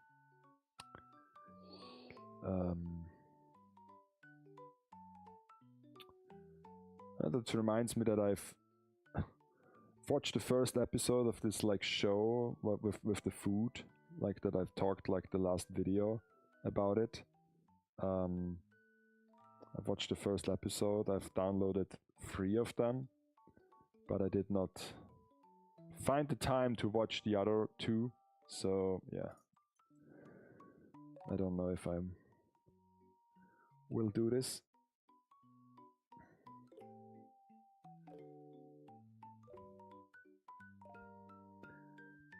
Because I gotta say, and that's something most people in this community won't hear or don't acknowledge, I guess. Anime does such a bad job when it comes to like instant hooks, I think. Because most people will say if you start a new anime series that you have to watch at least 3 episodes until it gets good. And if I think about other like series or other media, usually they don't have this this luxury. I mean, to have like 3 or even 4 episodes of like easing you into the story until it gets some tension. For example, all those like band animes, like all the music animes. How do they usually start? They start with like what was the last one that I saw? This hard rock one with like those like elite school girls that are on an elite girls school, but some of them are totally into like heavy metal and hard rock. And how does this usually start? It starts out with one protagonist. Then at the first episode, he meets a second, like the second main character, so to say, like a second member of the band. And usually it takes around like 3 or even like 4 episodes until the whole band is finally put together. And if we take into account that an anime series these days is usually just like 12 or 13 episodes long, yeah, you have already spent like a third of your runtime just establishing the base crew or the base band. So yeah.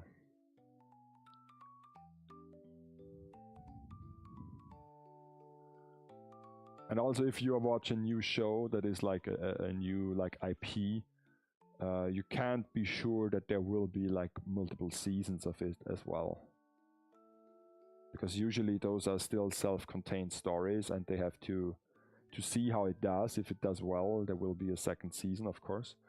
But usually you have to assume that, yeah, this is just one little project. Sometimes it's just an arc from a manga, or from a visual novel, or a novel, a light novel, not a visual novel, light novel.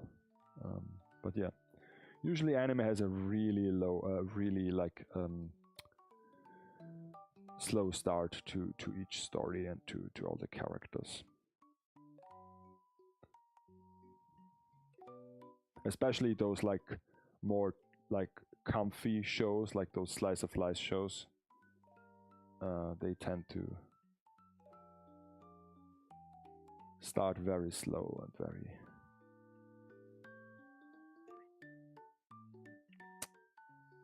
nonchalant.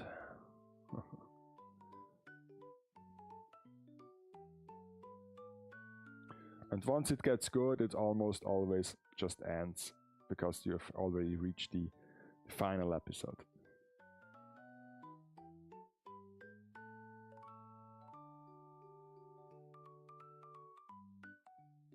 Then you have to wait.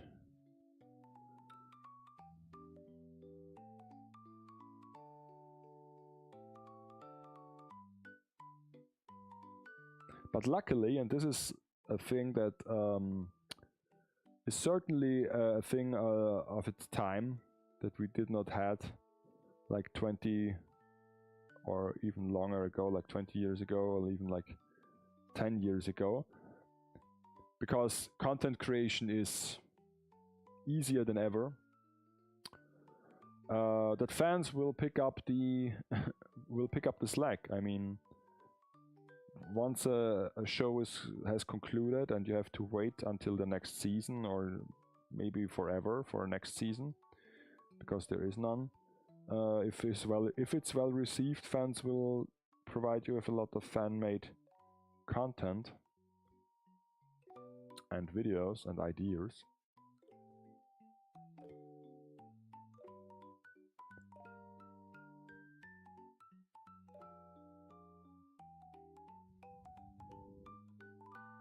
I mean, to an extent, this always was the case because of the doshinji scene in Japan with anime. But I assume now it's even, you can even do more crazy things than just like draw a couple of pages, make a fan-made manga. You can basically even like produce whole fan-made episodes of stuff. So even if your favorite thing has ended, you can still enjoy it.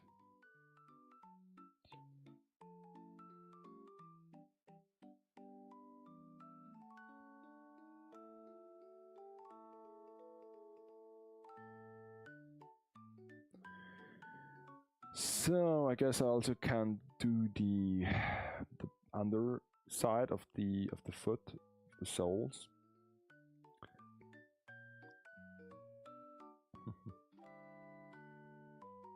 Yeah.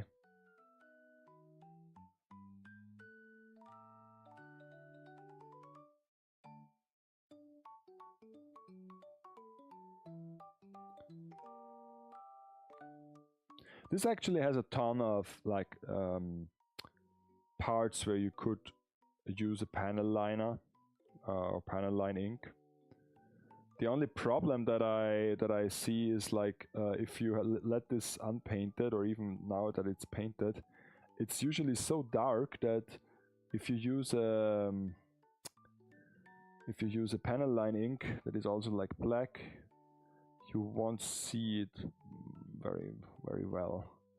Doesn't provide much of a contrast, but at least the possibilities are there. I guess there is panel line ink that is kind of like white or like light gray. Maybe you could use that instead. I just noticed that whoa. Now it fell off the clamp, but I still hold it in my hand with the cable, so it almost looked like it's on purpose. I was able to make it seem so effortless.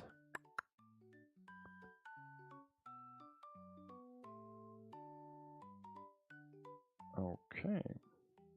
Well. But now I have to maybe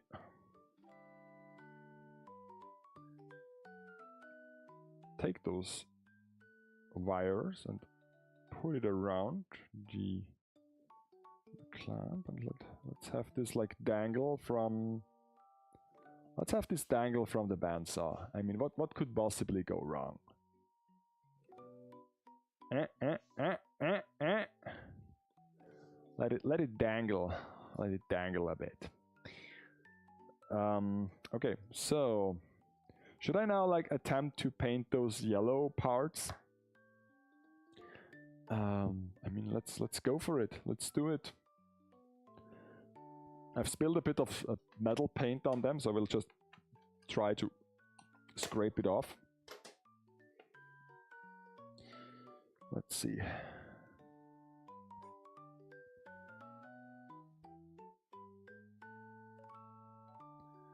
That's almost clean.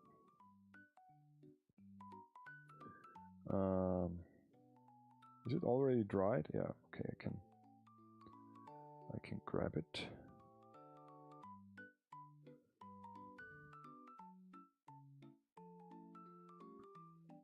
Okay. So this one is clean as well. And what about this one? Oh, that's a huge spill. That's a huge spill.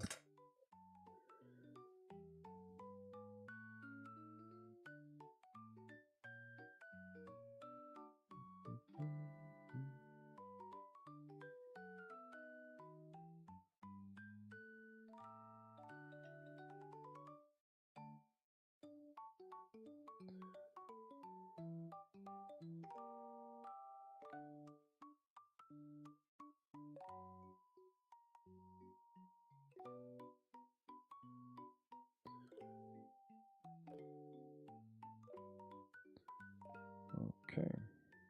Is there something else here? Wait, maybe this one here.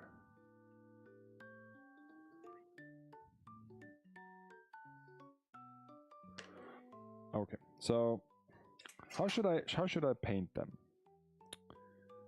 I have like different yellow things that I've bought. There is this extremely neon shiny yellow thing. Then I have a cream yellow. Almost sounds delicious. It's a gloss. It's a primary color. It's a cream yellow.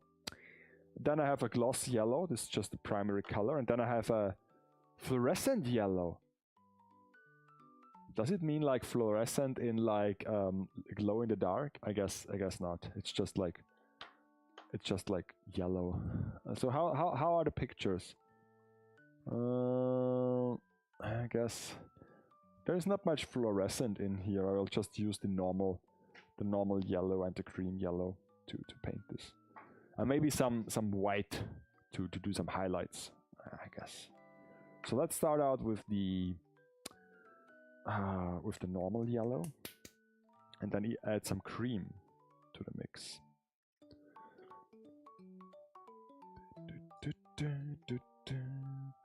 So let's use a small brush, brushy, and then let's see if we can paint this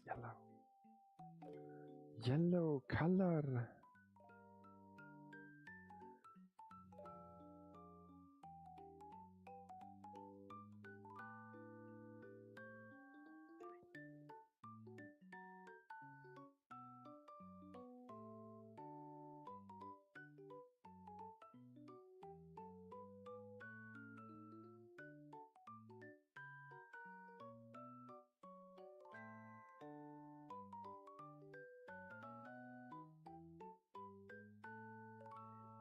Okay, then the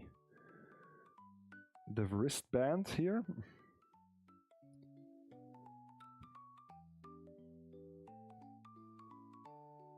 Still don't know why this has to be yellow. I guess it's a good contrast to the figure, and there is some like lore behind it, that it's the thunder element or something like that. But it looks a bit like out of place, to be honest. It's almost like a yellow sweatband.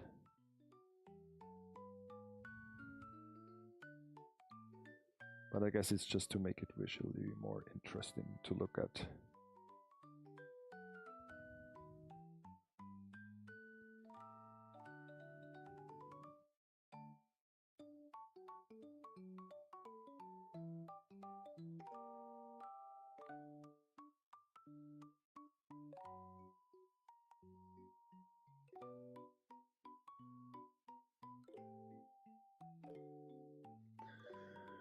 Okay, next one.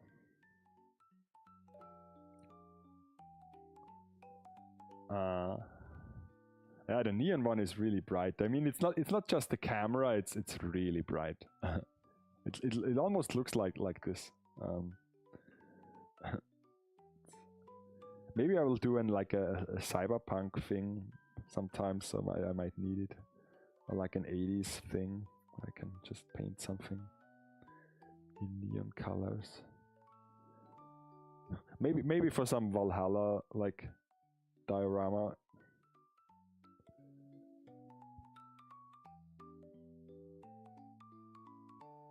It might take some time until I have all the colors assembled.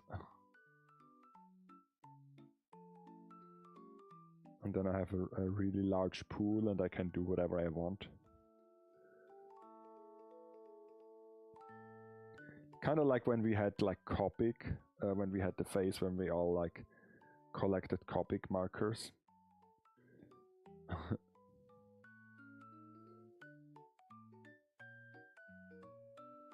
But then again, in comparison to like Copic markers, those paints are really cheap.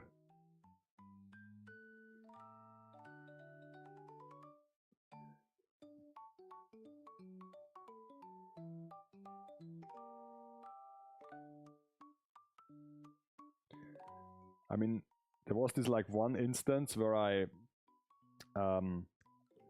painted a really large picture with like Copics. Luckily, it was like a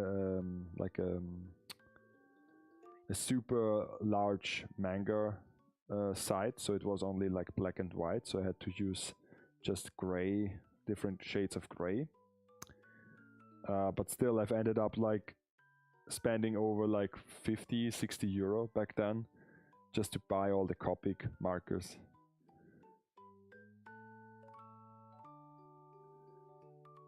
The site was like the size of a huge door.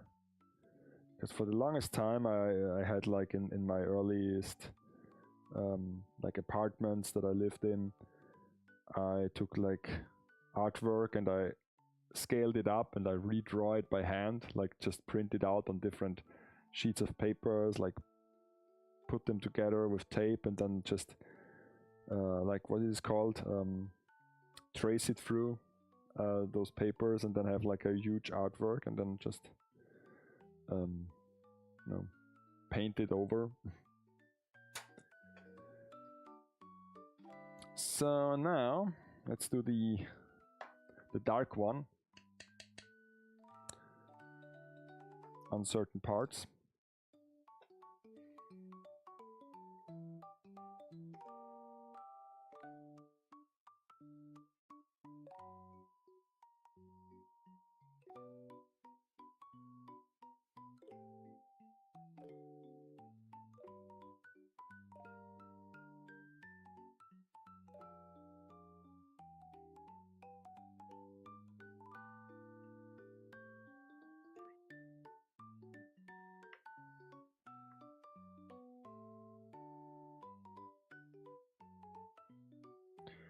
Until it gets a nice gradient.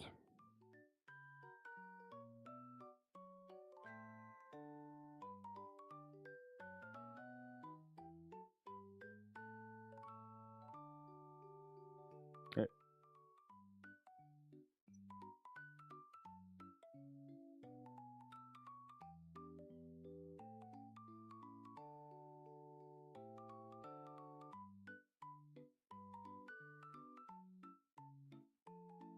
Okay. I like where this is going.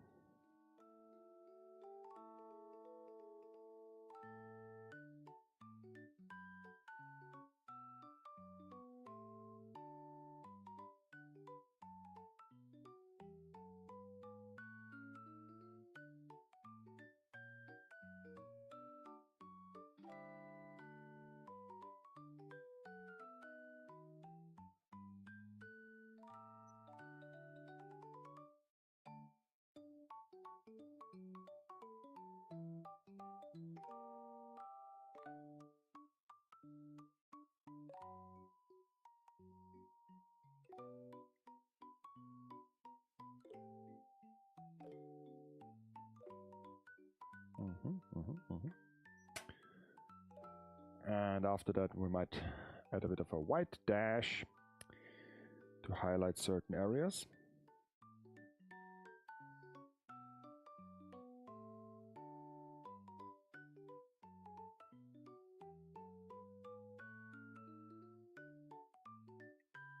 Oh. My cheek is itching.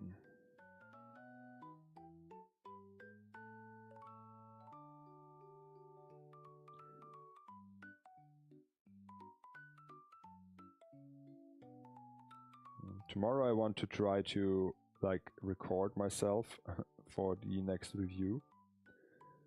So yeah, I have to shave and look a bit dapper. Because when I'm on camera, it's like I have to be styled as well. It's not just recording like it is here. It is also like a style issue.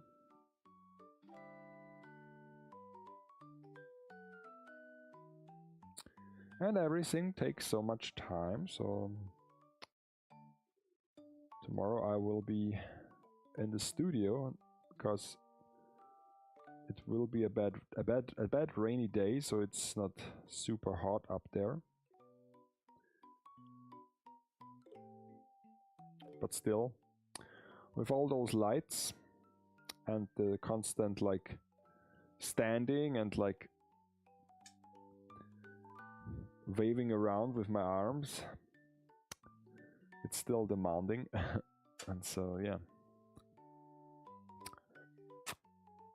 I will record.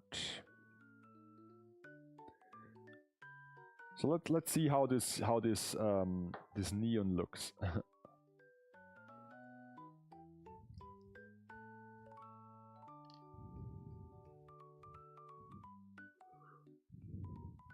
Ooh, yeah, that's almost like a green tint. I don't know. Not so sure about that. But I guess I can do some highlights. Where is my white color?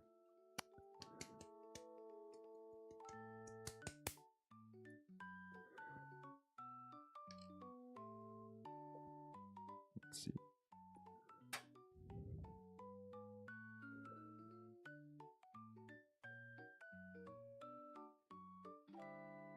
There's still a bit like neon in there. Oh no. Now it's neon white. The most shiniest of white.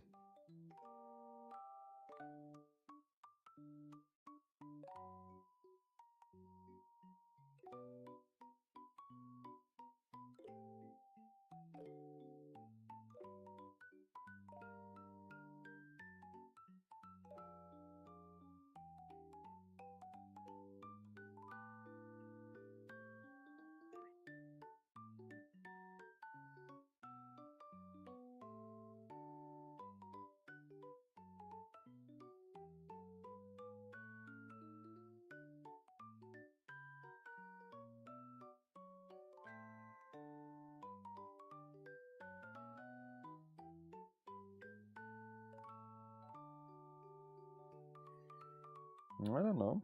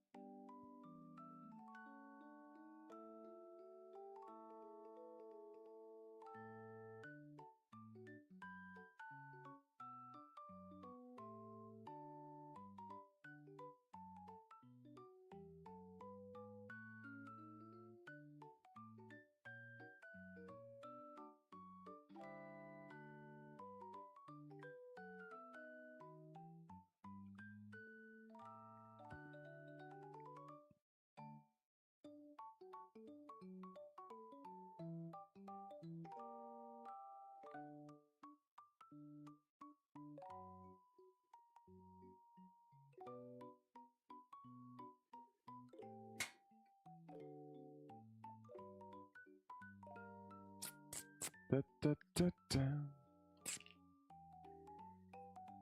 Too much.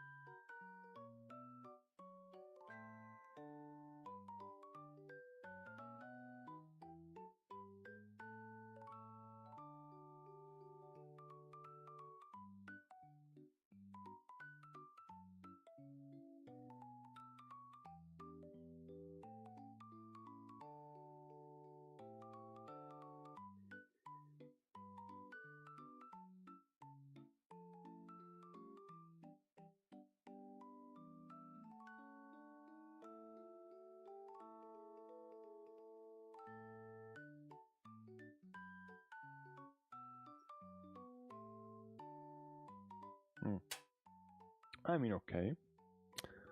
I'm curious how this will look when it's dried up.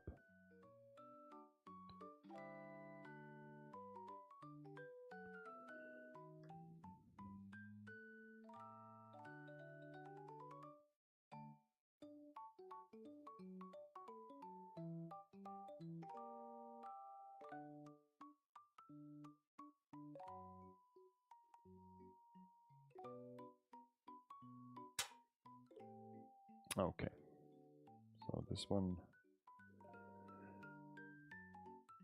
has to be a bit white.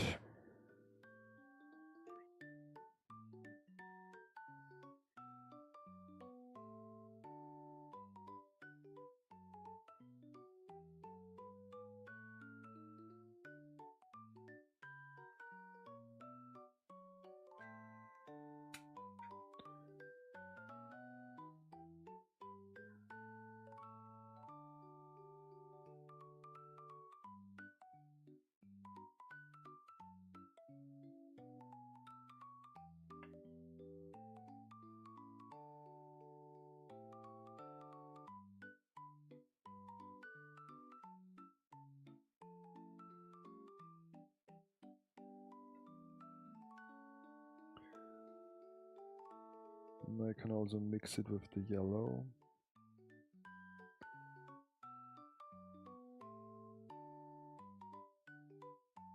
So the pier is a bit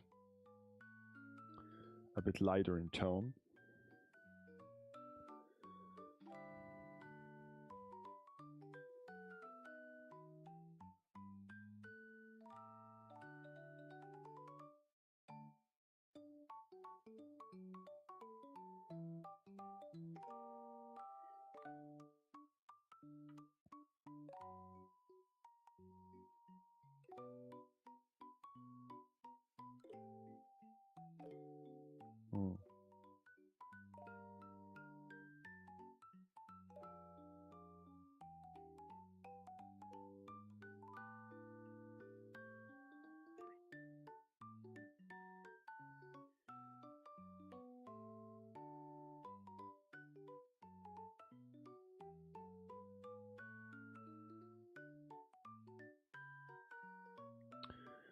Okay, so I'll let this dry and let's see how it performs.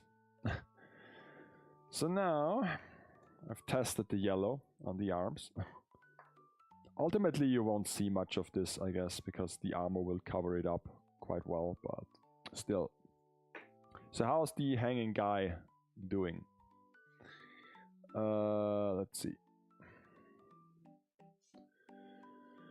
At least I can touch it. I will now... Oh, okay. I was like, can I even like manipulate it? But I guess I can. Oh. Still a bit worried about those wires, but...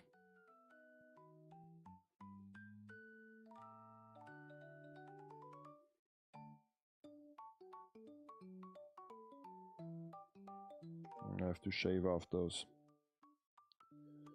I guess I can do this with like thinner. It's a bit bit easier to do. So let's put on another coat of paint here for the last thing I will do today.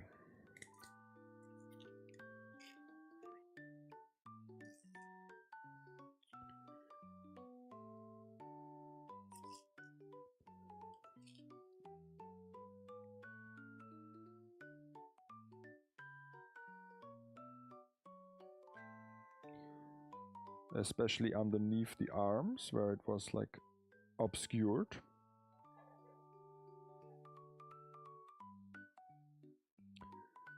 Before I moved it away.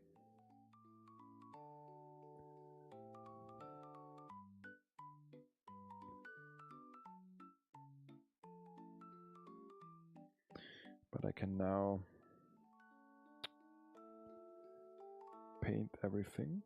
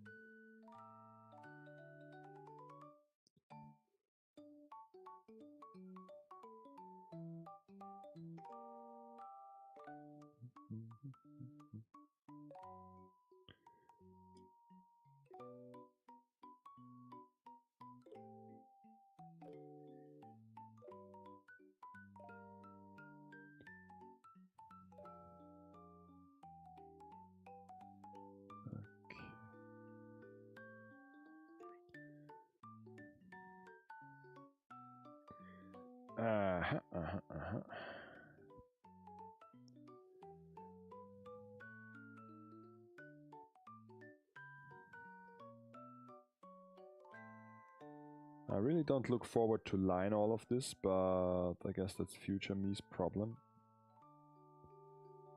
So it doesn't matter right now.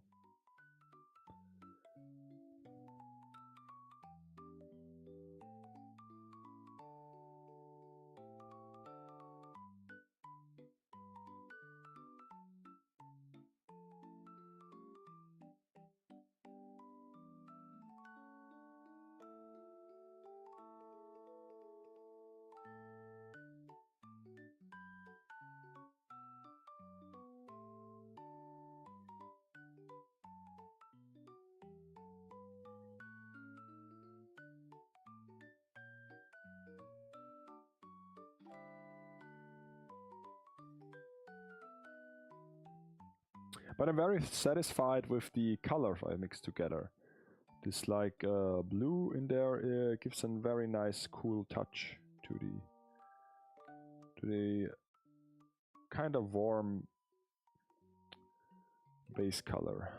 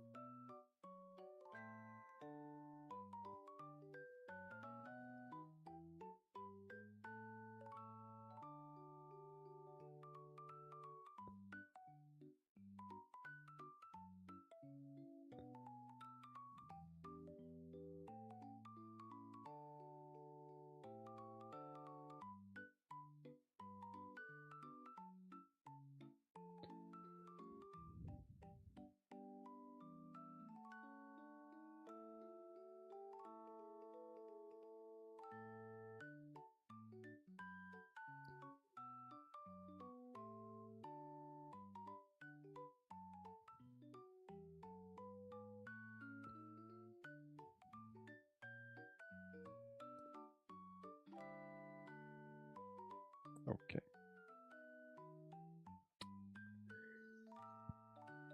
So I guess everything that is left is the lower body.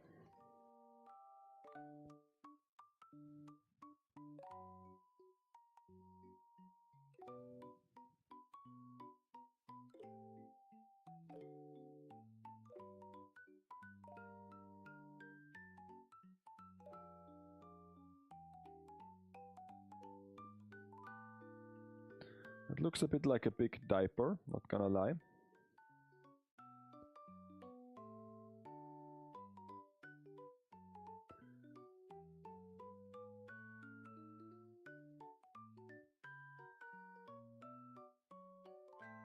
But at least I can go in there and color those wires in a gray tone.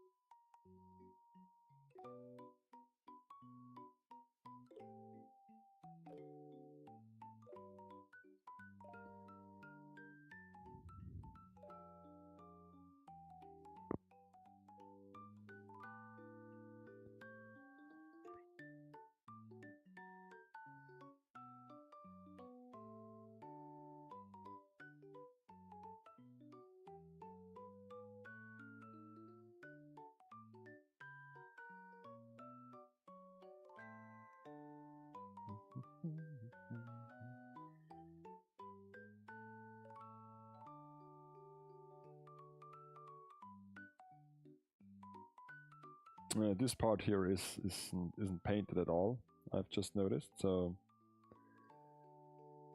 I will circle back to this.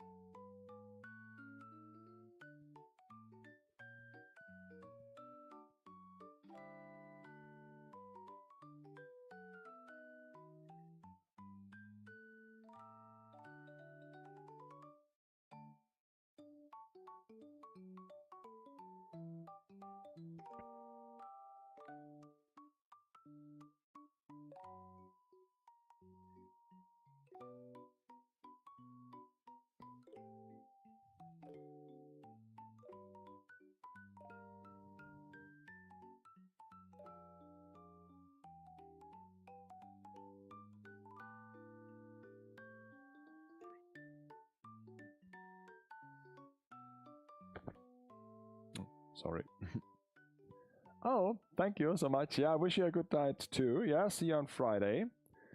Hopefully I can then build the new base, because all the parts are now ready to assemble. I just have to sand them. I want to do this today, but I've noticed that some of them are still wet.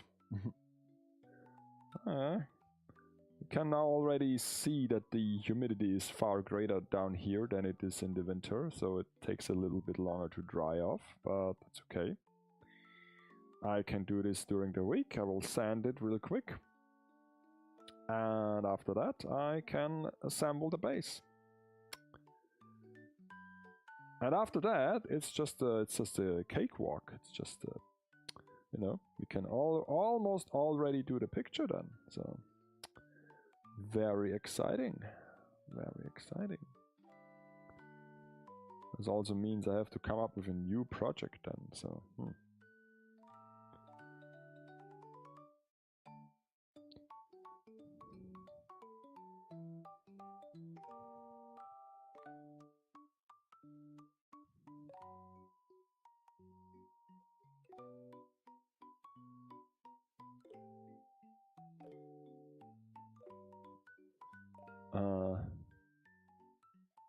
Yeah, I mean, it's like basically it is like clay on all sides, and it has to lay down on one side at least. So and this is like a surface where water can't evaporate really well. So if you turn them around, they're like, some of them even look like fish sticks. So if you turn them around, the fish stick is soggy on the underside. So yeah, but yeah, it's like really humid in summer here in the basement. So things take an awful time to dry. I mean, I could mitigate this. I could just take them and let them sit in the sun for a few hours, then they will be dry already. But the downside to this is if you dry it too rapidly, things might tend to break. Like the clay will like basically form cracks, and you know, you don't want to have like natural formed cracks in your like artificial cracked stone structure. That would be like totally unacceptable. So yeah. But if I would be in a hurry, I would just like let them dry outside. So, but I'm not in a hurry. I have time till next Friday because I won't have much time to do anything else. Couple next days. So yeah.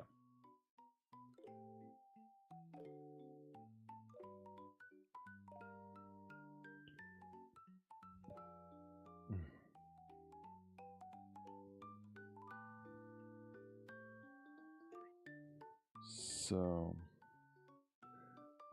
I hope I don't put in too much stress on those cables. I guess I will just have them like tested by the end of this. But let's have him dangle from the bouncer once again until I will just finish off this top.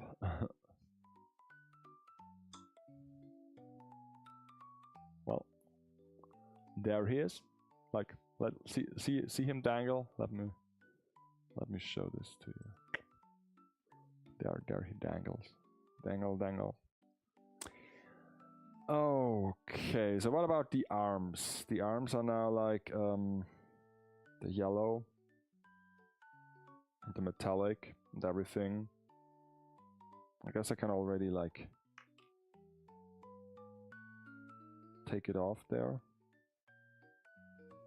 and put it back together.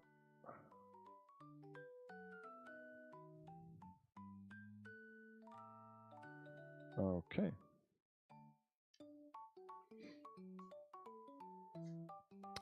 I have to check what armor piece belongs to the hand, but I might have to try this real quick, how it looks. If it's a satisfying look.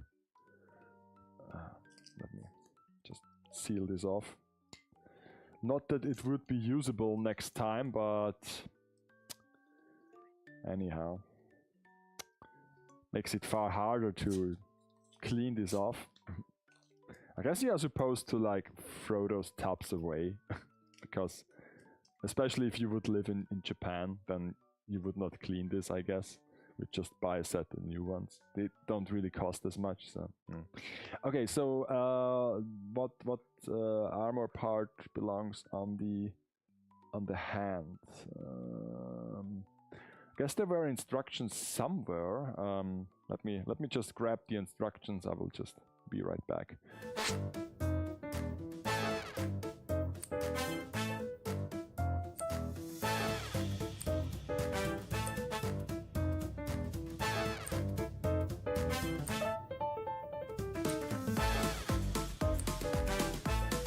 Okay, so instructions are here.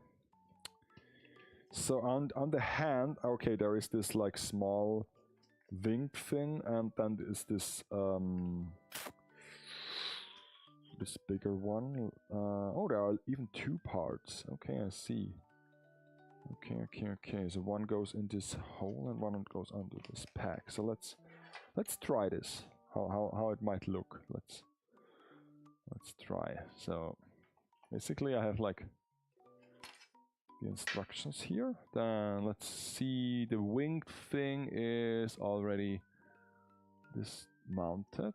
So the winged thing goes on the shoulder pad.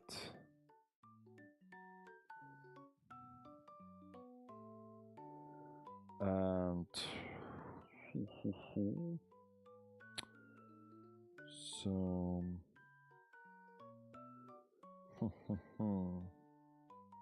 it has to be like the exact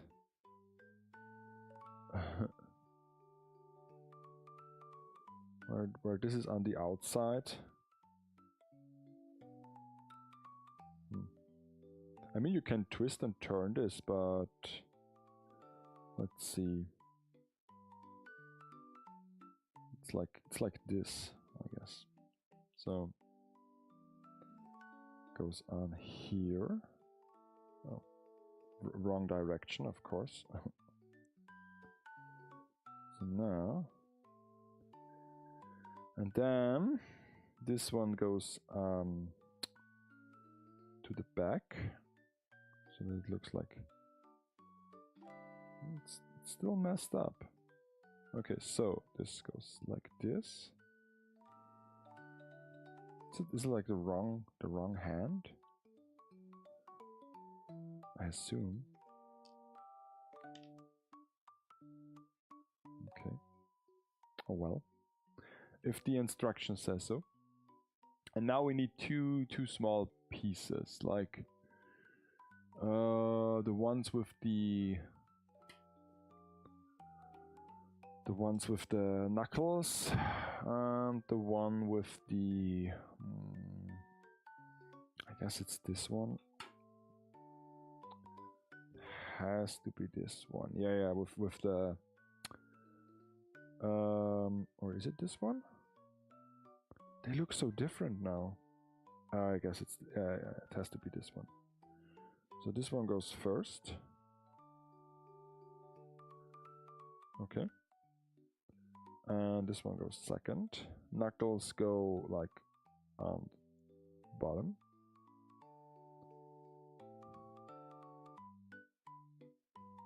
Okay. Hand falls off. Okay. So now it's everything's in there. And we have a whole assembled hand. Look at that. Let me present this to you. I have my presenting area that is currently, you know, messed up. Let's switch this to the presenting area. So up here,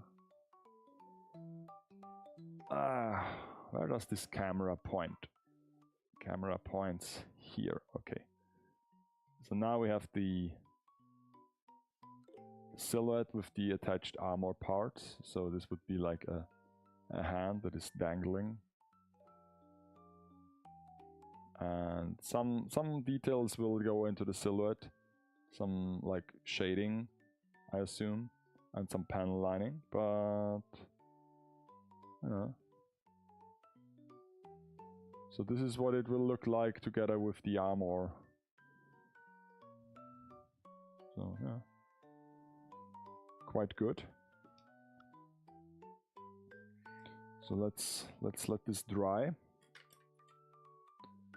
I don't want to like rub this more because it's not sealed yet. Let's like take the arm. Here you can see the painted arm. And I will just, is there anything I can grab onto? Not really. I mean, I can, ooh, almost drop to the floor, but nothing dropped to the floor so far. I'll just get this in here. Okay, so yeah, those are the parts. Okay, so let's wrap this up. Let's wrap things up. How is our dangling guy doing? Should I try the? I guess I have to try the LEDs. Where is the battery box? Let's check the LEDs for one more time. And then I have to wrap things up. Tomorrow will be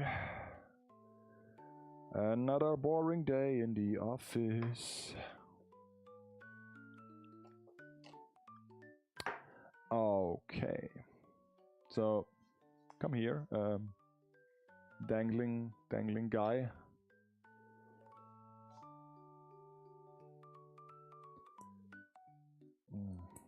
Okay. So let me put him here. So maybe you can see when it's illuminated. Let me just get all the way in. All the way in. So then let's just unravel those wires. And let's see. Guess you won't see the eyes, but